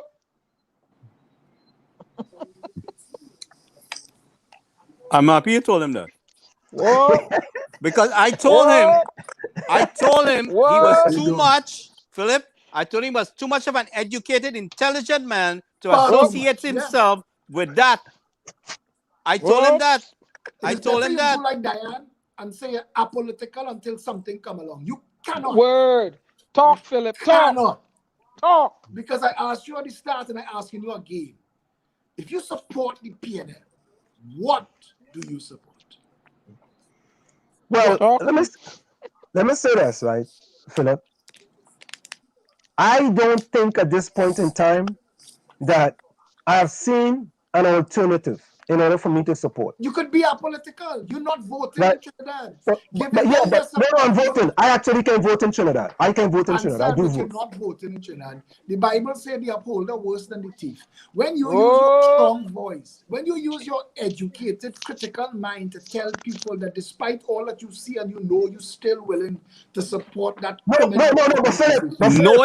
Knowing all the wickedness they did. Listen to this, right, Philip? Listen to this, right? No, I hear your point, right? No, it has people in this chat, right? We have all different type of people in the chat, right? This radio station is not pro-PNM or pro-UNC or anti-PNM or anti-UNC. I get it. I just talking for my people in chat because I want to... No, I hear you. But I'm just saying that's why we are here. And so, right? If you had a government that made job one, if somebody came to office and say, you know what? We want proper jobs. We will move the Beetham landfill away from there and transform that into an industrial park and invite foreign companies. Everything don't have to be oil and gas. You could bring Levi's and Samsung and Lego. You could bring countries from all over the world and just tell them, I give you the land free as a dump. So we're gonna reclaim it and transform it into a commercial enterprise. You get the land free for 10 years. You get natural gas free. We burning it. You get electricity free. We get it for free. You get Wi-Fi for free. You just come down here and hire our people. So you could put moving sidewalks coming over that highway from Beetham, and you give those people hope and opportunity. You get them proper jobs. If you bring Apple and Samsung and GL to Trinidad and Tobago and give those people jobs, they will develop themselves. No company comes and stays stuck in one thing. They always look into the future. And when they're going to develop, they're going to use their people first and give them opportunities to develop themselves to get a raise. So you could be working as a chip presser in an iPhone company, and they tell you, we're giving you an opportunity to transform and move up to this. You have to take 6 weeks of night classes, and you take 6 weeks, and your $22 an hour become $27 an hour, and you go back across the road into the Beetham and tell your wife that. $7 more an hour. We was living on the 22 and giving me 7 more. I want to tell you something. Those 2 words, hope and opportunity. We talk discipline, tolerance, and production. I say hope, opportunity, and respect. That's what the country needs as watchwords. We need to treat our people with respect in Trinidad and Tobago. Everybody who wants a job should be able to get a job, and everybody who has a job and wants to own a home should be able to own a home. In Trinidad and Tobago, drug money and construction and contract corruption money has been hidden in real estate and pushed the prices of homes in this country beyond the affordability of bank workers. We have nothing in place to protect none of our people, not the middle class, not the lowest class. It is a feasting at the top. Those who have access to political power use it to enrich themselves. We have contractors who, before their party went into office, didn't own nothing, come out as billionaires. We cannot, all of us, to whom much is given, much is expected. All of us who have the ability to speak and to think, we have a responsibility to those who can't. If we have a voice, those who don't have a voice must hear ours. And they must hear their thoughts in our voices. If we hope to transform Trinidad and Tobago into something that your grandchildren will have to run from, we have to be honest. PNM and the UNC have had 59 years. And you could tell me the crap that the UNC only had 10. I could tell you the things that I know we could do in 10. So miss me with that talk to the defenders of the UNC. Neither of those parties deserve a chance in office in this country if the people were really cared about. And I am saying to all of you who are open-minded on this station, it is people like you all that we need to come back and help rebuild Trinidad and Tobago. Phillip, we do appreciate that. Well, let me just read some comments from the chat because we just have some serious comments and we just put a lot of jabs at Pawn helmet. No, Phillip, you gave one set of good thing in the chat, but it's me. I gave all the bullets in the chat to Keisha Clemens and some. I feel is one of them. I born a PNM, I die a PNM. No, to Keisha. No. Oh boy. Listen, if I born a PNM and I die a PNM, I will be fighting all the battles I'm fighting. What I'll do, I'll go like Little Jack corner and sit down in the corner, and I won't be fighting the battles I'm fighting. Rowley says, Anselm voting PNM since in the mother belly. Alice McGraw say, leave Wall Street is a red jumpy in the tail. Why does I put up it in the chat? But I spoke with it because it's all good, man. It's all good. Let me see who else here. Hold on. And then even said no kind of other same question for Phillip now, man. Oh God, all they worried about me. Nutscake said the truth hurts, boy, and some. Only gave no question to Phillip. Phillip, normally when other people come in here, it's question after question after question, you know. No, but you and I doing this too long. This is our first rodeo, so we jump anything quick. So they hearing the same thing they want to ask, they hearing us asking and answering it before they even type it. Yeah. It's yes, Gary. Tell you, Ansem. And this one, yes, Ansem. We tell you that too. well, Phillip, is the phantom who shake him up, eh? Is with this stranded citizens thing? After I done miles down the road, I remember when I called him up. I said this was going on, and he catch on to what going on. Your party. Listen, I meet Dr. Rowley in his house, eh? They tell her that I meet Dr. Rowley in his house. I sit down and eat with them there. I don't talk about that. Okay. That was in the past, man. That was in the past. Okay, in the past. No, wait. Let me say this. Because as you're hitting him that, I voted for Rowley in 2007, man. I was a supporter of Keith Rowley, you know. I 2007 Keith Rowley in Section 34. I was the first person from civil society. I gave him that ability to pull that crowd outside of the OWT, you know. I was one of the speakers at the march. I want to tell you, I thought the highest of the man. He let all of us down. So if you say that Anselm get fooled, I get fooled too. but Phillip, how come you and the man he was running against was Rocky Garcia, who I grew up with. Yeah, I remember that. I take my politics so serious that I tell people the Congress of the People has to be mad to be putting up somebody like Rocky Garcia, who doesn't know that he doesn't know what he doesn't know in the parliament. Come on, man, you're wasting your time. So I break ranks with the COP and voted Pierre. Another person says, Phillip, leave him, he like abuse. They said, Anselm is a stunned PNM. Another person said, Wall Street, you are just a foot soldier and you'll never understand that, brother. Most talk shows job is to lie and fool those people who don't know better. But Phillip, I want to ask you a question. How come, did you support the march that they had today in Trinidad and Tobago? I was actually the person who called the march. They used my march. But I told David, I said, listen, we cannot bring out the numbers we want under a state of emergency. It don't make sense bringing 10 people. So let us sign up everybody and be ready for when there is no state of emergency and put 200,000 people in the street. It is time to make real statements, not stunts. 10 and 15 people to argue with police. Listen, I am 54 years old. Them days behind me. But Phillip, isn't that because many people think that you want to be in charge of everything. Not at all. Brother, let me tell you, I'm ready right now to play John the Baptist to somebody else's Christ. I'm willing to cut road and tie people's sandals. They have nothing.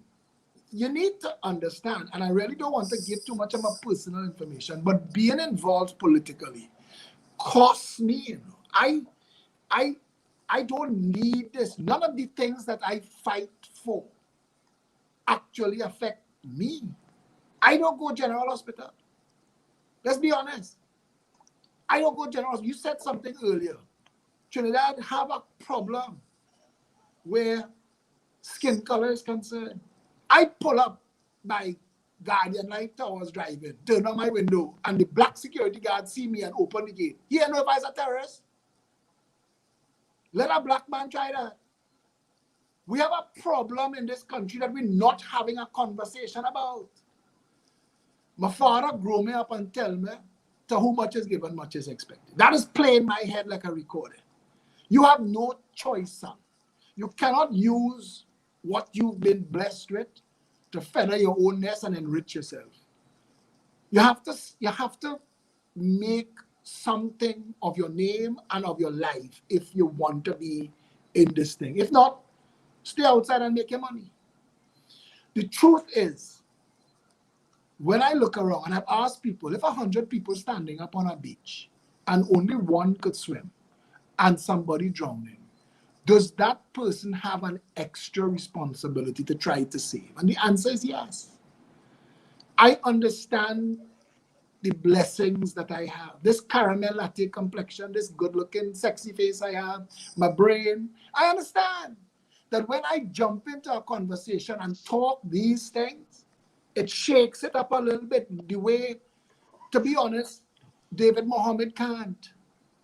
David Mohammed can't talk these issues intelligently from the side of knowing what really takes place in boardrooms in Trinidad and Tobago. I do. But I hear you, Phillip. But I think I want to say that from a black agenda perspective, Dr. David Mohammed is fighting that battle with respect. He's a brilliant guy. I just want to put that on the record. Brilliant, courageous guy. I don't have a bad word to say about David Mohammed ever. But I'm saying to you, and you said it too, and Sam said it earlier, a black man talking about this will get either rejected or they will say black people talking about black people thing. It's not resonating. Mm-hmm. At this point, there should have been unification within the community. Listen, when Eric Williams did what he did to the East Indian community, Sak Maraj, hate him as much as you want to hate him. Sak Maraj led the people. It wasn't Pandey.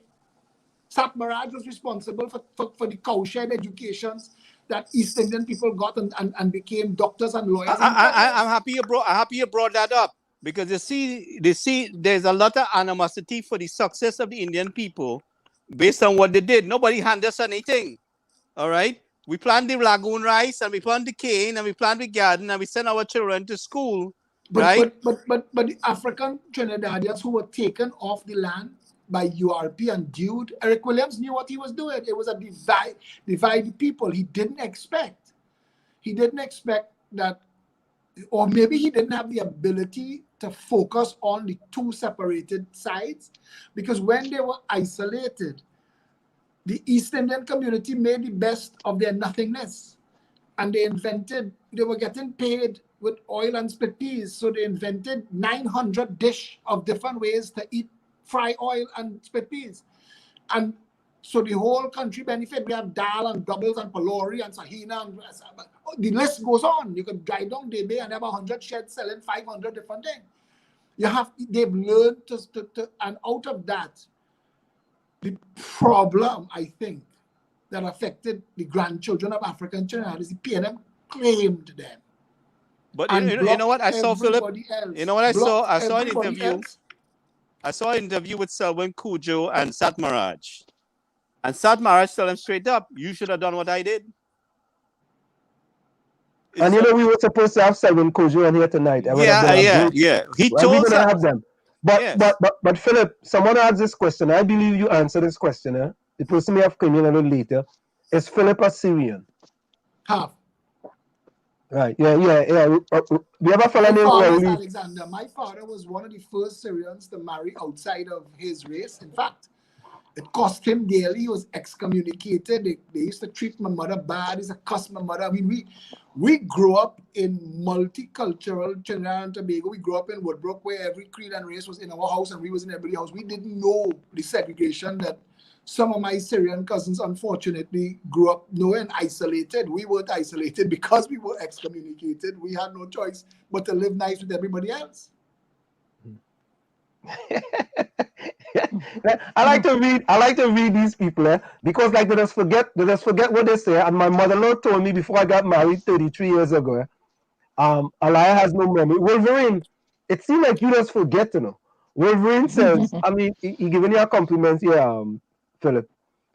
WZ, where you finally have a boss guest.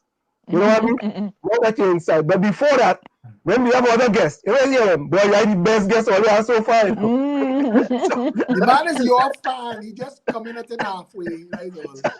So Wolverine, we hear you loud and clear, you know. Slim is our next guest backstage yet or no? Nah, I don't see him back there. Maybe he fall asleep. So I'll get him for Thursday. So Phillip, you know, I mean, I know you're getting ready to send me on my way. I'm feeling it. No, we haven't had a time, man. Long overdue. Long overdue. Listen, I have a 9 o'clock show every night. In Trinidad is 20 to 10, but I am enjoying this conversation. We've shared the video on the wall, so the majority of people who would be waiting to come to my show tonight are paying attention to this. So I think we're accomplishing a lot. Look, I don't want to pretend. It's just anybody who's been doing something long enough. I tell people, if you go and stand up in a batting cage and face enough balls, at some point you'll be a master cricketer. We're watching Cristiano Ronaldo age and get better like fine wine. The more you practice, the better you get. And I think that I have been focused on issues of Trinidad and Tobago for a long time. So when you talk about issues, I understand what is required to fix things in this country in quick time. So we talk about the what, the who, the when, the where, the how. On anything, on education, on the financial service sector, on water, on public health, housing, you name it. I mean, the Progressive Empowerment Party had said, stop building HDC houses, give people zero deposit, zero interest financing for 30 years up to $1.5 million. Let them either buy or build their own houses. It'll create a demand for the construction of cheaper houses. But a house in Trinidad and Tobago, we building houses in Trinidad, $500 and $600 a square foot. People don't get paid anything near to be able to buy that over 20 years. You buy a house in Trinidad and Tobago through the bank. You have to have, I hear home mortgage banks say the minimum qualifier is $16,000 joint income. That's a 40% of your salary. You have to be earning about $30,000, and that is not a huge catchment area. When you buy a house through the bank in Trinidad, when you finish paying for the house, you paid for the house twice. The interest rates are so ridiculous. What takes place in this country? Financial services is insane. I don't know how Trini survive. You know, I ask people all the time. I say the issue is is what you get paid for a unit of work. If you dig a hole in Trinidad and they pay you $13 an hour, and you dig a hole in New York City and they pay you $13 an hour, it's not the same $13. It's the same labor. It's the same hole. But what you could do with $13 in New York City, you can't do with $13 in Trinidad. Nope. And that's the difference. We're not treated the same. And for a country that had the dubious distinction of being the third wealthiest nation in the Western world, that means after America and Canada, it was us. Ahead of Venezuela and Mexico and Guatemala and Brazil. Trinidad and Tobago was the third wealthiest per capita in the Western world. What happened? What? Besides the PNM and its bastard sister child, the UNC, what happened? Ooh. So Phillip, can I ask him a question? Go ahead. Mr. Alexander, I have to call you that, even though you're younger than me. The autonomy issue for Tobago. What are your thoughts on that? I think that's best left to Tobagonians. Trinidad claims natural gas that belongs to Tobago. Tobago, from a tourist destination point of view, Tobago has some of the best natural resources in the world, the oldest old-growth forest, the largest brain coral, the only nylon pool on the planet.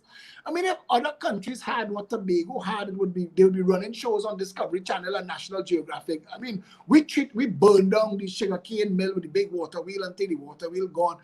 We really make a mess of Tobago, but Tobago, there was a time I was told that the real estate, the land value in Tobago was the highest in the world because of cocoa.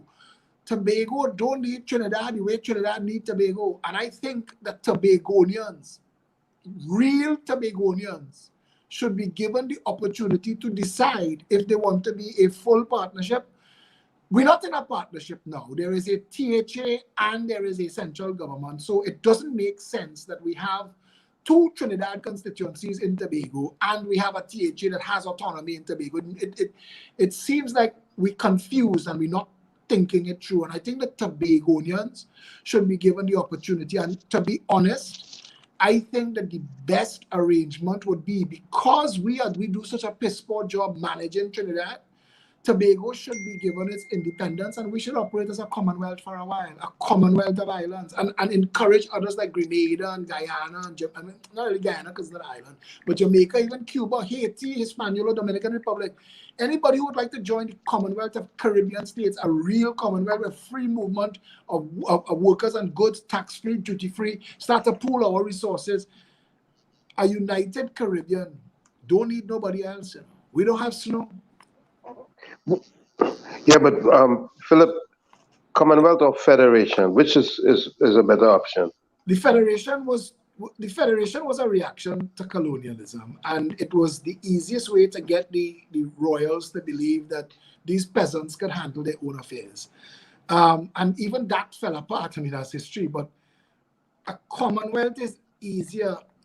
Tobagonians have not been given an equal say. And I said, until a block, and a banana is the same price in Tobago as it is in Trinidad, we are not one nation. Phillip, there's a question from the... Go ahead, Tommy. The reason why I say what I say, Phillip, is because in the Caribbean as a whole, we need one currency, one overarching system that will be a check and balance to each and every king on each and every hill. No, I agree with you 100%, but they've made us into big fish in small ponds. And until we get past that mentality, I don't think we're going to be able to work. I don't know what I know what they were trying to do at CARICOM, but we didn't do it. And I know what they was trying to do at CARIFESTA, but we didn't do it. A proper Commonwealth of Nations means you hold your whole independence and let's work together. No, but we can operate as states, just like we do in the United States, and have a federal system. I quote that all the time. I say that all the time. But then we need one currency. We need one currency. Jamaica go want to control. If you give it to them in steps, where we could unite, embrace, understand, support, help, remove all of the obstructions by our accents. We have all these little petty grievances between the islands. Get past all of that, and I think that, and this is just my suggestion, that a Commonwealth of Islands where everybody could benefit. You bring what you have to the table and let's work together. Once people learn that a one Caribbean could work, I think it'll be easier to take that next step, which is the best idea. A federation of Caribbean states would be a powerful, powerful federation in the globe. Phillip, absolutely. There's a question in the chat. Someone says, what's your view on mandatory vaccination? I hate it. It's a stupid idea. We have amassed a battery of lawyers, and we will be serving a pre-action protocol letter on the state this week on behalf of children and teachers. My brother is Dr. Paul Elias Alexander. He's the foremost authority on COVID-19 in the world. He was an advisor to the Trump White House. And the two opposite positions are Fauci and him.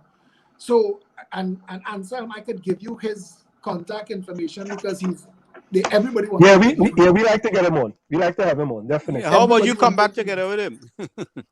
You wouldn't need me. When he come and you all start to talk COVID, you all forget that I hear. But Phillip, you know, people, when we come in here, people, sometimes I think people that be kind of scared of you because, you know, I mean, you have that, you're very good and you are well researched, right, Philip?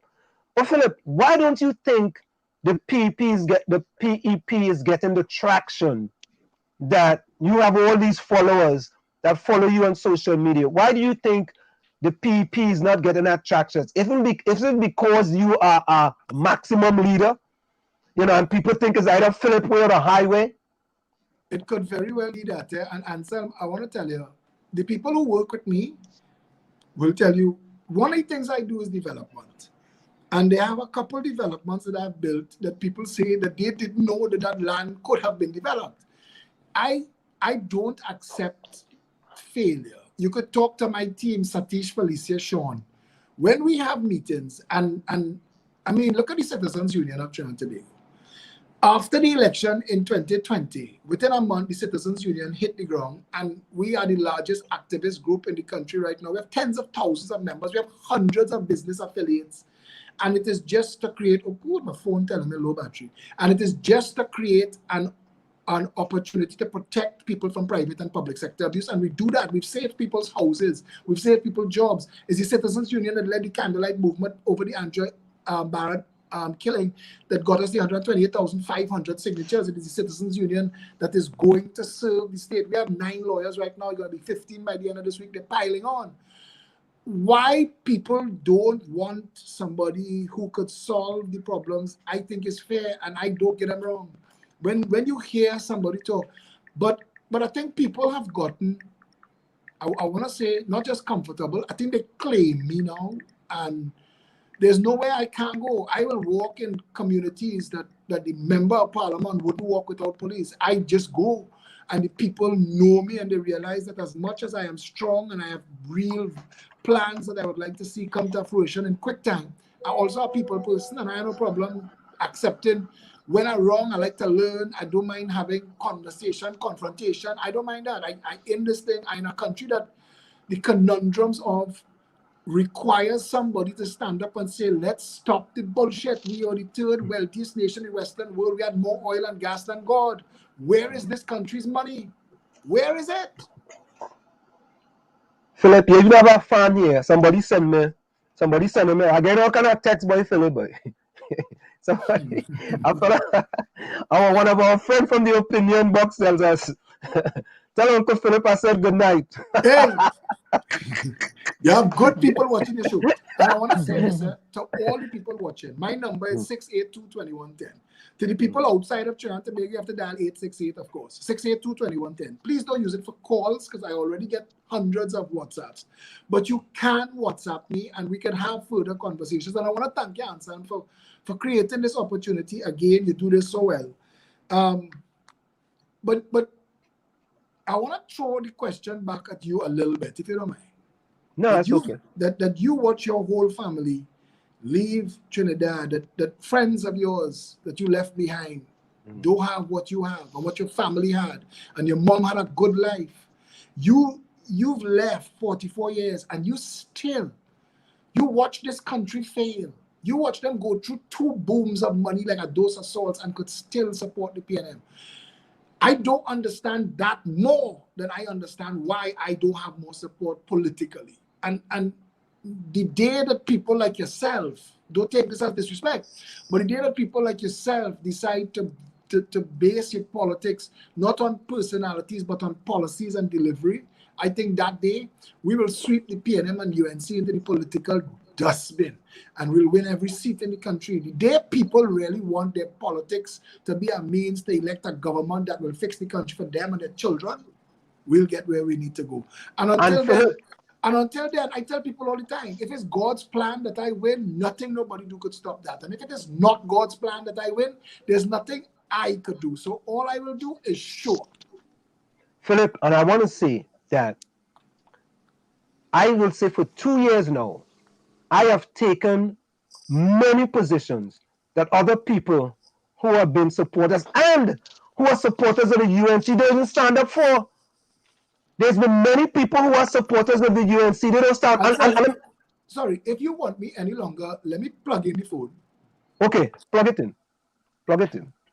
So, folks, of course, we have with us, the one and only Phillip Edward Alexander, and we're having a fantabulous discussion, and these are the type of discussions we have here in the village with the Dark Triplets and WZY 95.9 FM. We have on, and you know what? The good thing about it is that we're having a very respectful discussion, and that's what we are about here in the village. Whenever anybody comes in, the discussions are respectful. We showed hard questions. I get slapped left, right, center, all kind of things. But I'm the backboard. You have to deal with when I say you can't play mass and you can't play mass and fade powder. You can't play mass and fade powder, but you can't go juve and don't expect to get mud. You have to bring the issues forward. You can't play around with the issues. You have to call out the issues. You have to address it, and you have to deal with it. All right, Phillips. Right. I want to talk about one issue here before we go. What is your position? The UNC put out the second checklist, and they were saying that Dr. Eric Williams is not the father of the nation. What is your position on that? I don't know if you saw it. I'm not speaking for the UNC, but I'll tell you this. If Dr. Eric Williams was the father of the nation, he abused his children. Well, listen. No. But the point is, because listen to this, right? Some people call Kamala Prasad Bissessa the mother of the nation because she was the first woman. Yeah, some people. I have never heard that, thankfully, because I'd laugh at them for that point. Yeah, so that's what I'm saying. Some people call her the mother of the nation, right? What is this preoccupation with trying to parent the country? Why we can't govern the blasted country? No, but why is it that if we are trying to come together, why don't we leave those things where they are and not have to bring it up? Why don't we just leave it on the shelf and leave it there? Because it doesn't really add anything to anything. They play in the politics of reflection. The other is, you exist because the other exists. And they keep people caught up in the thick of thin things, arguing nonsense like that. Those things don't concern me. You could be the father of the nation, the uncle of the nation, the outside woman of the nation. It doesn't matter to me. As long as you serve the nation and I benefit, then call yourself what you want. All right. Exactly. No, the thing about it is 59 years of independence, and Lavender still voting PNM after all this separation. I have a problem with that. But Gary, I have a problem with that too. You don't hear me talk about that. I told the UNC when they were in office, I said if you ignore the noise coming from your members, and because they go vote for you anyway, so no matter what they say, it's not they're going to abandon you and go with somebody else. If you ignore the noise coming from your members and focus on Morpha, Beatam, Laventel, and Silots, pull those. I actually told Prakash Ramada, he asked me, if they gave you a ministry, what ministry you want to say? Make me the minister of Morpha, Beatam, Laventel, Silots. Because if you pull those people out of poverty, even if they hate you now, you will never have to campaign to win an election in this country again. Because people could hate something and take it if it's good for them. But they did nothing. Philip, I can say this, and I can say this without fear or favor. Don't care what party it is. If I am the MP for Laventel West or Laventel or Mover Laventel East, I guarantee Laventel West or Laventel Mover Laventel East will be a super location where people will want to go and visit. Under which party? I didn't say any party. I didn't say. See? Because you know why Laventel is named Laventel? You had to listen, Gary. You know why Laventel is named Laventel? You know, I looked it up, but I don't remember. Laventan. It means it is the window of the country. The conquerors, the Spanish and the British conquerors, all the governor's mansion was up in Laventel. Laventel is the best real estate in Trinidad for view, for air, for everything. And all the stones to build up Port of Spain came from Laventel. And that's why Dr. Rowley was trying to throw the people out there, and Ramesh stood up to him and stopped him as housing minister. Rowley doing the same thing now.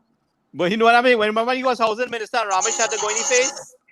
You remember Ramesh had to go in his face? Rowley doing the same thing now. So folks, Philip, before you even go, Philip, we want to keep you for a little, just a few minutes more. We have to go for a quick station identification on the top of the hour. Folks, is in the village with the dark triplets on WZYE 95.9 FM. And we have with us Philip Edward Alexander, who is, as he said, his party is coming back, and he's going to be the leader of the People's Empowerment Party. And he's joined us in the village with us tonight. And he has stayed with us a very long time. So let's go for a quick station identification. It's in the village with the dark triplets on WZYE 95.9 FM. Stick and stay. Don't go nowhere. We'll be right back. You're listening to WZYE 95.9 FM. You are listening to WZYE 95.9 FM, the most influential name in Caribbean radio in the tri-state area. Broadcasting from East Orange, New Jersey, the most influential name in Caribbean radio, WZYE 95.9 FM.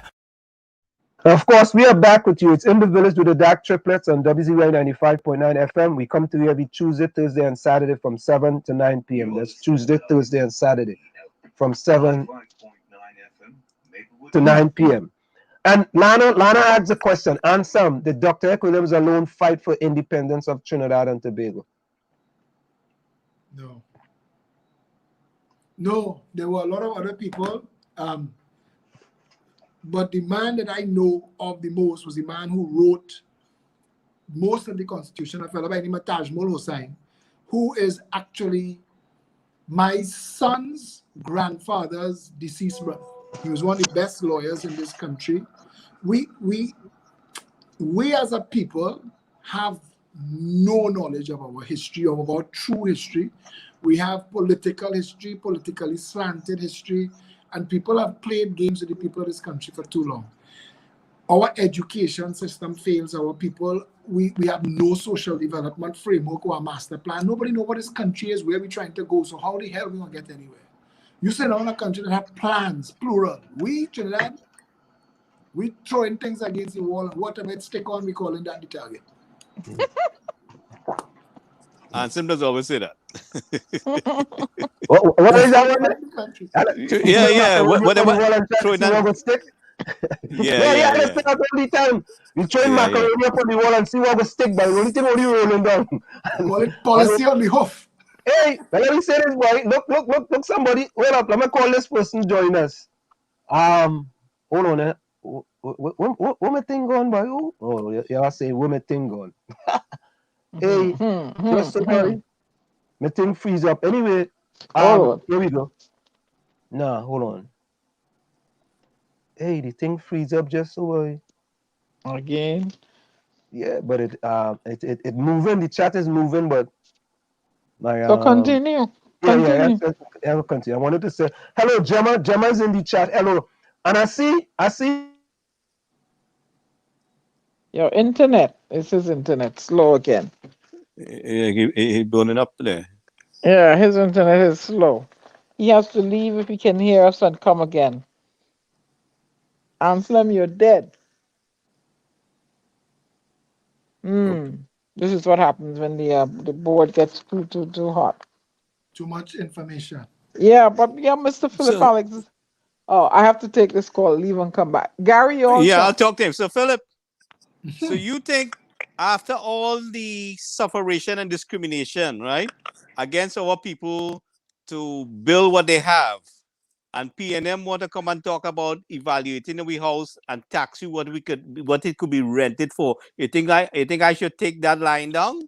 If I was not in Trinidad and Tobago, I'd tell people riot for that. That madness. You pay taxes on that property 5 different ways. You come in to tax it again. But instead of the government doing things, and I said this, that if I was the Prime Minister of Trinidad and Tobago, there would be a property tax, but on your first primary residence, the tax would be 0. Trinidadians are entitled to that.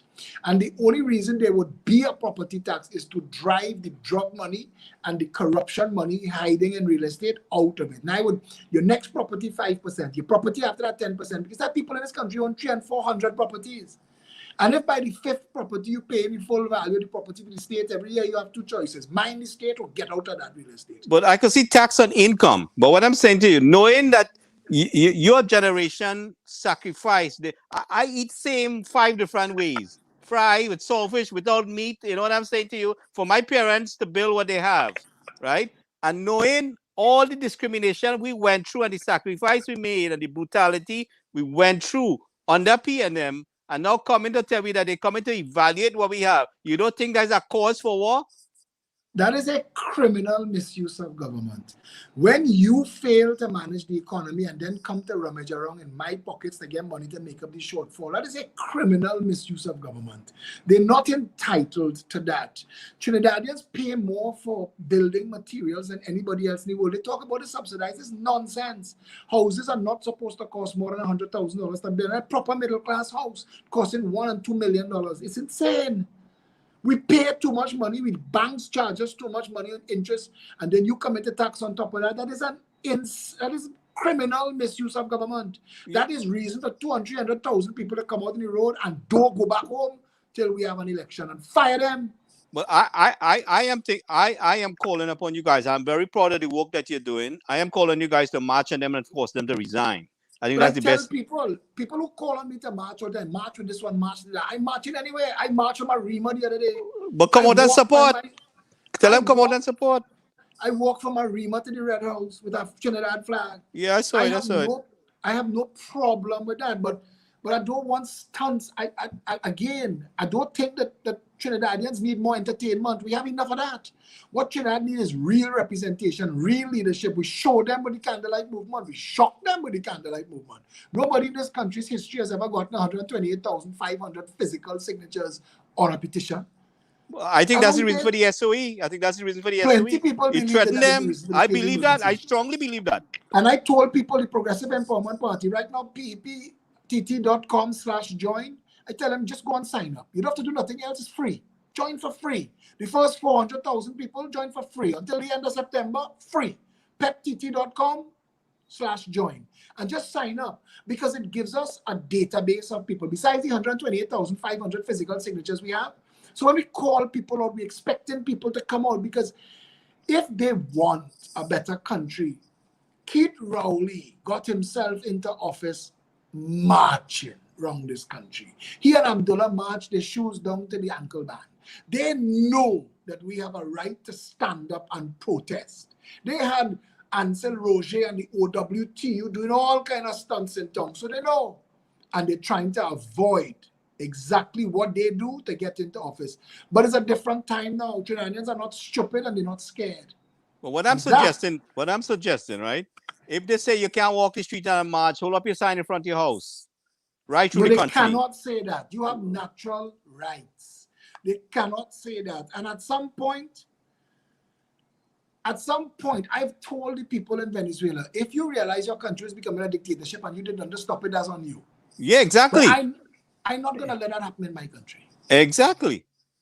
So I think, and I don't think that the average person willing to allow Trinidad to sink into a dictatorship. What Trinidadians lack is leadership. Look at this stupidness Kamala Persad-Bissessa did as a leader of the opposition. She called on people to honk their horns. She's a senior council lawyer. She don't know they can get charged for that. Up to now, I didn't hear the UNC call on the people who get tickets and bring their tickets, and the UNC will pay for it. That's the least you could have done. And after you put people in all that trouble, you go on in the parliament and abstain. The people who wanted to hear you outside in the street with a resounding no, you abstain. Our opposition is lukewarm and tepid at best. We feel like we have no voice. That's why we had to start back up the Progressive Empowerment Party. And we tell people, if you're serious, join. It's free. It's on your computer, it's on your phone. You don't want to come out your house without a bathe or change your clothes. So let me stop the talk and let's get busy now. Join in together, red, white, black, green, every shade in between. If you want a better country. If you're still thinking, I want a better country, it's like people who are in a violent relationship. They want a better relationship, but they still love the man. They still love the woman, so they're home taking licks. And taking the licks. You have to make a choice. Your life is not going to change until you make a choice. Again, it licks 6 days a week on Friday, get them flowers, and you're good to go again. Exactly so. You know, so what I'm saying is I want to see, I mean, I want to see the people stand up. I mean, we out here, we can't be there, but we will lend the support from this end as much as we can. I know right now I have Anselm in all kind of conundrum thinking. He know everything I say he agree with tonight. And he don't know yet how he going to move from the PNM to the PEP, but he know that he have to do something if he wants to have the credibility of a legacy. If he wants to be somebody that people could say, your words help me. And that's, at the end of the day, that's all we could do, you know. We don't know. I am at the age where friends of mine come to the end of the road of their life. People dying now. I know that I have to make sure that I don't waste any days. My friend Peter Tan tell me we have a certain amount of breaths. Don't waste them. And I agree. So I plan to use them. When Anselm asked me to come on the show, I know it was an opportunity to have a conversation with many of y'all and many people, and to get many people just awake and thinking. At the end of the day, it's not about me. It's about us. Because if we don't fix it, other people are going to continue to benefit from it, and we will suffer stupidly. But my objective is to bring the members of the diaspora on the international scene on board. You know, they operate in Trinidad, where they like to say you out there and we down here and all the No. We have a large. In fact, we have Denise Xavier in New York City. She's been on board with us for almost 5 years now. We have Anthony Senanan in Canada. They lead large, vibrant teams. But I could give you Felicia Holler's number now, 769-4590. And you could reach out to Felicia Holler and she will guide you. She manages. She wears many hats in this organization, but she manages the overseas teams, and she'll put you in touch with them, or she'll bring you all on board. At the end of the day, what we need, like we showed in that candlelight movement, what we need is unity. Stand together for each other. That's what we need. Exactly. I mean, you guys, you made a good stand, and I know pretty well that this SOE, it was an objective to restrain it, because it really threatened their position. But we can't stop the march. We just have to improvise how we do it, you know. Nobody on his last 3 months, I tell people, you know what he did? He gave us 3 months to organize. We have 3 months to get 400,000 people signed up. 3 months for everybody to stretch, warm up, do some little treadmill exercises so you're ready to walk. 3 months. When you play with your life, you know, they're playing with their life here. So it's either to stand up or lie down and take the licks. Brother, I know my rights, and I know that we, the people of Trinidad and Tobago, and I see the people. I have never seen Trinidadians this incensed and this outraged at some of the things. You have a prime minister coming on national television and calling people fools and insulting them for the condition of the country. I asked, which of us was in charge of the economy? Which of us was in charge of the country? Why didn't you diversify? China was a net food exporter up to the 1970s. Now you have Hadco, Amco, and Massey importing all the food, $5 billion a year. Why are we not growing food? Avocado is a $1.5 billion industry for Mexico. Jamaica earning money on some long mango. Julie mango is the best mango on the planet. You're trying to tell me that you don't have the understanding of the concept. They're telling people breadfruit is slave food. A breadfruit tree could feed a family of 4 for 75 years. One breadfruit tree in your yard, and a breadfruit is the only low glycemic starch. Unlike rice, white potato, and flour, it don't spike your blood sugar and give you diabetes. Breadfruit is the best. We should be, and I tell people, if you never eat a curry breadfruit, you eat breadfruit chips. And as people see, I do my videos, I make my oil down, I make my Creole soup. Breadfruit is one of the best, healthiest. Why are we not growing? Why are we not growing breadfruit? If you have trees like that, mango, or guava 5 times the vitamin C of an orange, we could be growing these things. And you don't need to water them, you don't need to talk to them, you don't need to do nothing. They grow and harvest. Well, I don't think the PNM government has worked good with our agricultural industry. But the UNC was in office for 10 years. Why didn't plant a blast the tree? Yeah, but what I'm saying, for the history of our independence, I don't think they have worked very good. Look, I mean, with this, me and this guy falled out about the previous year, Lee Hunt, about charging the farmer for taking the water out of the river. That was stupidness. Again, that was criminal misuse of governance. We do this because we know that the people have become browbeaten. But it is why they fight me so hard, because when I speak to the people, they feel informed, they feel empowered, they feel educated. They speak. Somebody sent me a WhatsApp today. He said, look at all the comments on this CNC3 question, and all of it are your words that the people are hearing, and they're inculcating the message and they're sending it back out now. And that, if anything, as a legacy, is good enough for me. I mean, simple thing as the flooding we face in the country. Why we can't conserve that water and use it for the dry season? Capture, hold, we have treat, nothing in the distribute. place. Nothing in the place. Capture, hold, treat, distribute. Port of Spain floods in the same place every freaking year.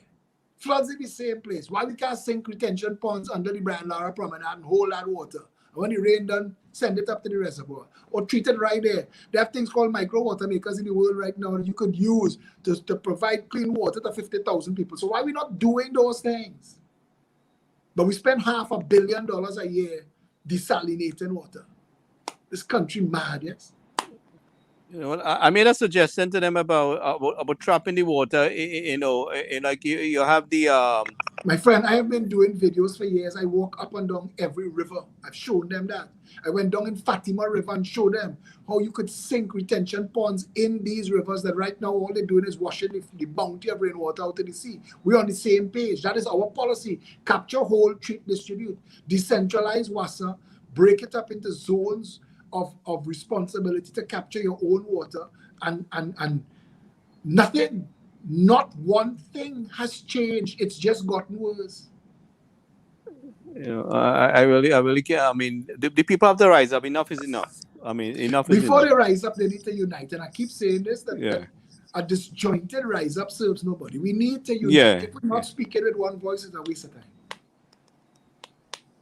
Anson, you want to jump in there or say anything? I'm not hearing him. Anselm, you're muted. Anselm, you're muted. You're muted, Anselm. Yeah, I don't know for some reason we lost him. Nothing. Yeah, why is he from time to time? Yeah. He had to bring back up the system. We're not hearing you, Anselm. He's trying to come back in. Yeah, but go ahead, guys. Go ahead. Yeah, so we had Joe Martinez. Yeah, we made some suggestion. You know what we would like to see. I mean, with the hills that you run the drains parallel along the hills instead of just cutting it and letting everything come down. You know, they cut the hills. They put no drain lane across that you can send the water across instead of it coming all the way down. You know, and trap the water. Nothing was put in place. Joe admitted that there's some things that he was trying to get done himself, but no collaboration from central government. And it was like there's more talk. You know, it's more talk than all the time. Nothing really getting done. So, and I just like to see the people really come on board with you guys down there and really mobilize. I mean, enough is enough. Tommy, you guys have anything to say? Tommy. Yeah, but what I want to say is that I appreciate what Phillip is doing, or should I say Mr. Alexander, to be respectful, is doing. And now we're on first name on this interview, and I cool with that, so I can't be calling people Diane and Tommy and Gary, and then vex if they call me by my first name. So feel free. Well, I appreciate what you're doing very much, and I'm leaning to join you, so to speak. But just one thing that is I'm very passionate about. I'm passionate about Caribbean unity. I'm passionate about leadership that is going to see a holistic solution for the entire region. 1, 2, 3, 4. I've been this way for. Yes, we're hearing you now. Okay. We can have that conversation with somebody like me or Motley, but who else in the Caribbean right now on that wavelength? Let's be honest. Well, guys, I realize that you're receptive. I am, but I'm saying to you that step one has to be to get our Caribbean people voting into office, people who understand the idea that to unite 9, 13, 15 million Caribbean people is a strong move to make.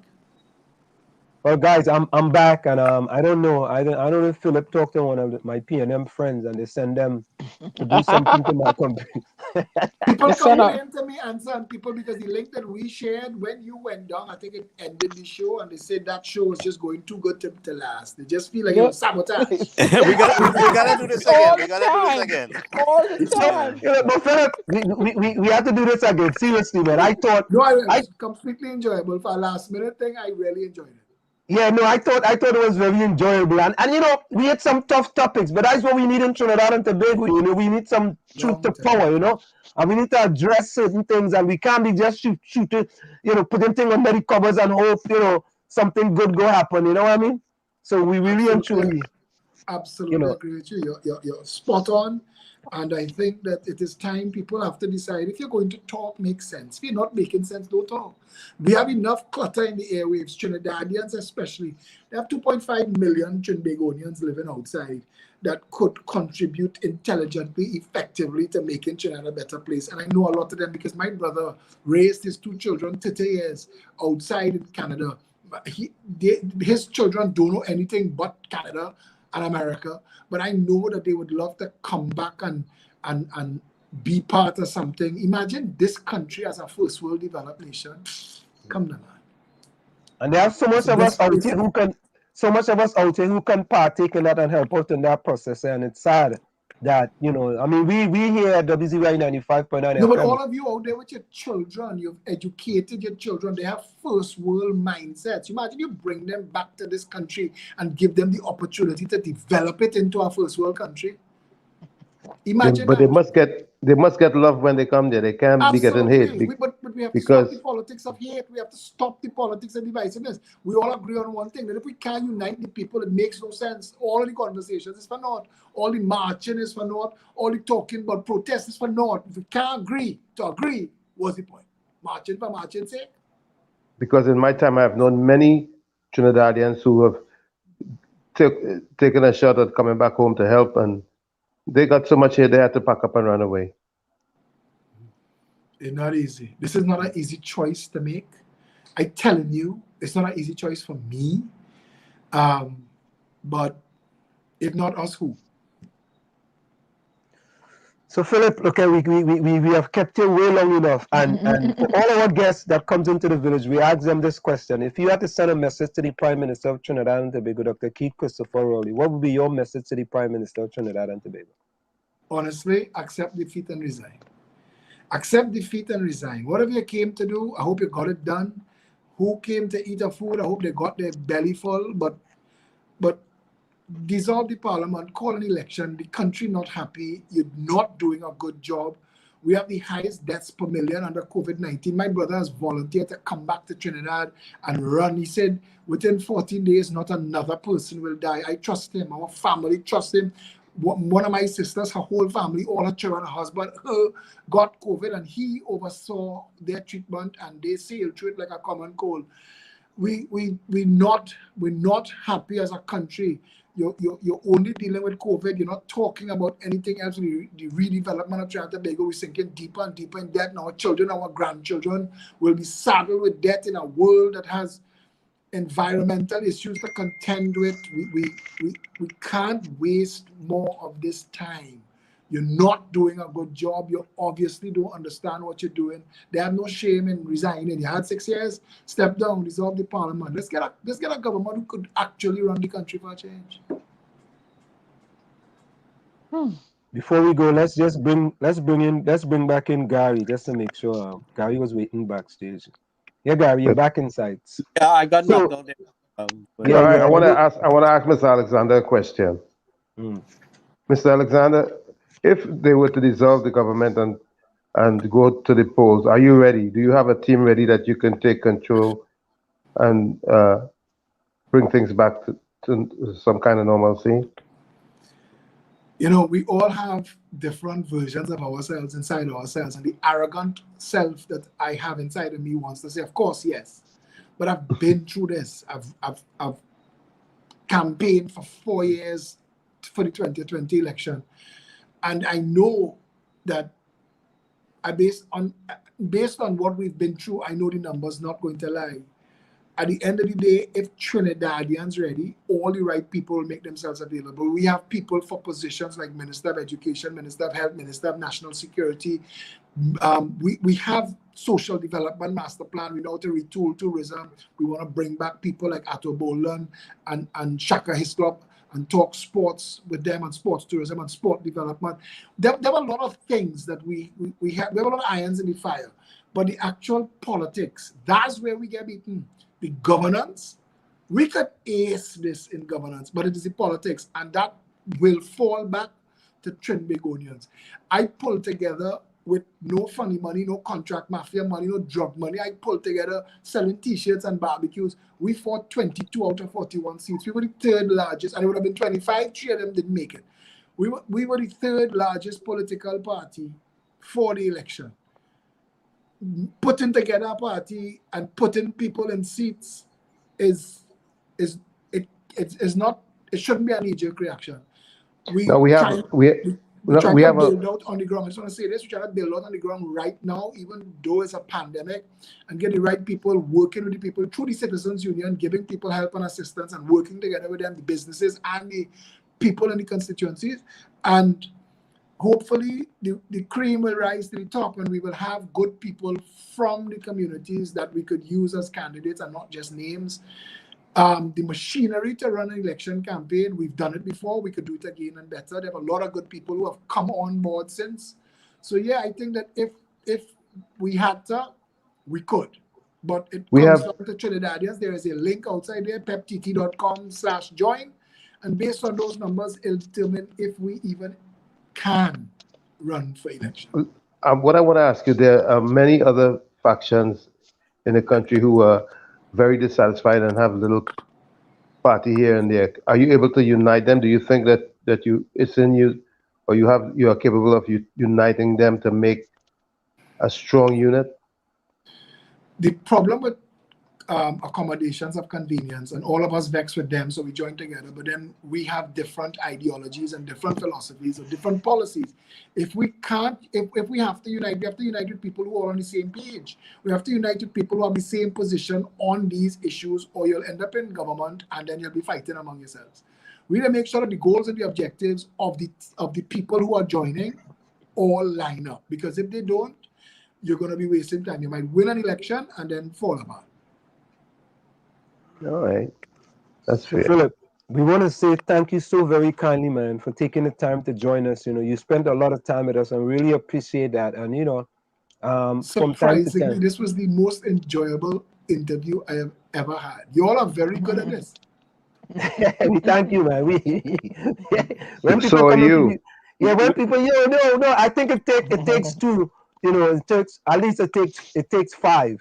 Now your team is a good team. Good job. To actually get this done. We thought that we were very gracious. We had difficult topics. We went through the difficult topics. We deal with it, and we just kept it moving, man. That's what it's about, man. We really appreciate you. Any closing words before you go? Thank all of you for having me. Thank all of you for your kindness. The interviews, the questions were all spot on. I tell you, I had a live show that I was going to tell you this that I had to leave for, but I was enjoying myself too much to leave. Yes, we have to do this again. To all your followers and all your listeners, build this following for this show. Build this following. Noise. Somebody's making noise. Hold on. Go ahead, Phillip. Go ahead. And one last thing. Let's start to mobilize the Trinbagonians outside. We need you all. We're not going to be able to do this again. It can't be an arrogant play. It has to be a we thing. If it's all are we trying to fight and fix for our children and grandchildren. Somebody said to me that real humanity is to plant trees in whose shade we will not sit. To me, I agree with that. That the purpose for doing what I and we supposed to do is for our children and our grandchildren to be able to say that because of our parents and our grandparents, we have a better life. And that now is the purpose and the reason. And I think there are so many good Trinbagonians outside that have so much more knowledge, expertise, and experience that if we get a chance, we're going to fix this country. Well, that's exactly, we want to connect the dots. We want to connect everybody. This is an inclusive thing. I always said this when I started the Stranded Citizen Battle. It was an inclusive thing for everybody.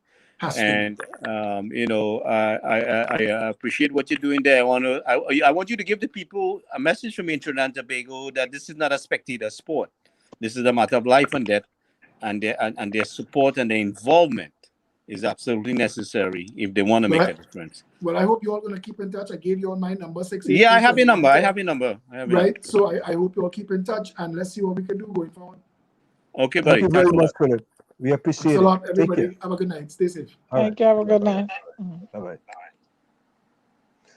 So folks, there you have it. All the comments from all the people in the chat. We want to say thank you so nicely for joining us. Diana, your friend coming late.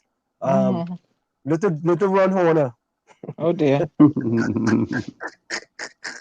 I know. I told he was in early, and I told him to keep his mouth quiet. I want to see all zipper emojis from him. But I noticed I noticed he put something there with a zipper. Yeah. Go back to being zipper emoji, you Mr. Ron. No, little Ron Horner, go and sit in your corner. Let me say welcome to Zion Beauty, Patricia. Yes. To you as well. We had a few other people. Clear eyes, boy. I can see clearly now. The rain is coming. Zion Beauty. Yeah. Not Skate. Not Skate was inside. We can see Foggy now. Anselm has sung. Yeah. Hey, look, my dog put in a good comment. My dog say, yep, Anselm, we appreciate you and your panel. Look. But what is this? My dog, boy? Yeah. Look, Ron. Good night. Look, Ron. Wow, me pouting again? Leave me alone. Nah. Look, God, boy. Little. I see a storm touchdown on Newark yesterday, boy. I shake the ground. Oh, good, boy. The council general was upset, boy. The man, I hear the man shoops. I wasn't even saying on the stage, and the man shoops. But I want to know where was the Phantom? Yeah. The Phantom was busy, man. Was himself in the public domain, you know. Wait, now look, we have Kimmy. Who's Kimmy? Kimmy, where you from? Kimmy jumping in, bro? David, if you're listening, we'll get you on Thursday. They will come. They can't see the enemy they fighting, you know. They can't see it when I hit them. Zion Mirage, Mark Daniel, who else? Leave me alone now, Ron. I will pick on you all night. I told you to be quiet. Yeah. That guy avoided me at all costs, you know. Who's that? The Consul General. Oh, but you should have seen the Christy O inside. When he storm giving his speech, I see the man turn away, yes, boy. Man say, really? Really? Tommy Mohammed, boy, good night. All right. Esme Forbes, boy. Esme Forbes, where from, boy? All them people coming back. That song like Esmond Ford. But we get kicked out. Yeah, boy. Nah, that's not Esmond Ford, though. He might change his name. No, that don't look like he. I don't see no Esme. All of them coming. Don't ever forget to subscribe, eh? Subscribe to WZYE TV. Yes, I put that in the chat. Yep. Right, don't forget, all new people. Just subscribe. It's free. It's free. 10:31. Yeah. So you'll get alerts when we're on again. Yeah, Ron. You keep your little pouty faces. Yeah. The fella is just, little Ron Horner. Go and sit in your corner. Eat your apple. Eat your porridge and your saltfish. Eating your curds and only go weed. Oh, Rose said, Anselm look nice giving his stand up. Anselm Rose, you look nice. Rose, thank you so much. Yeah, the man say I hate Wall Street with a passion. Why you gonna hate me with a passion, man? Oh, why? Because there's little Ron Horner going to sit in the corner. Jenny C. Paul. Yeah, we had a great time tonight. Correct is right. Yes. David, if you're listening well, I'll have you on Thursday, my dear, okay? Yeah, Rose, you looking nice. You rather tell Diana she looking nice too. Everybody just tell Diana she looking nice all the time. So when you tell somebody, tell me looking nice. Oh, yeah, I do 20 squats, 20 push-ups, 20 sit-ups. I do a plank for 2 minutes. Oh Lord, I ain't able. I need to go sleep. No, I just do 200 crunches. Okay, show off now, hush now. No, I just showing off. I just started it yesterday. You tell me, just tell me I ain't showing off. How about 8-pack? Yeah, very good. Yeah. All right, so folks, Jonathan, welcome. Y'all come back again. Yeah, but it was cut off his Facebook page. We have all kind of people in here. We have now tonight. We had Pep. We had the UNC. We had PNM. Look what the Powter say. I got popular in the station with insults. Oh dear. And people vex. Because you're a spout. That's why. He's a Powter.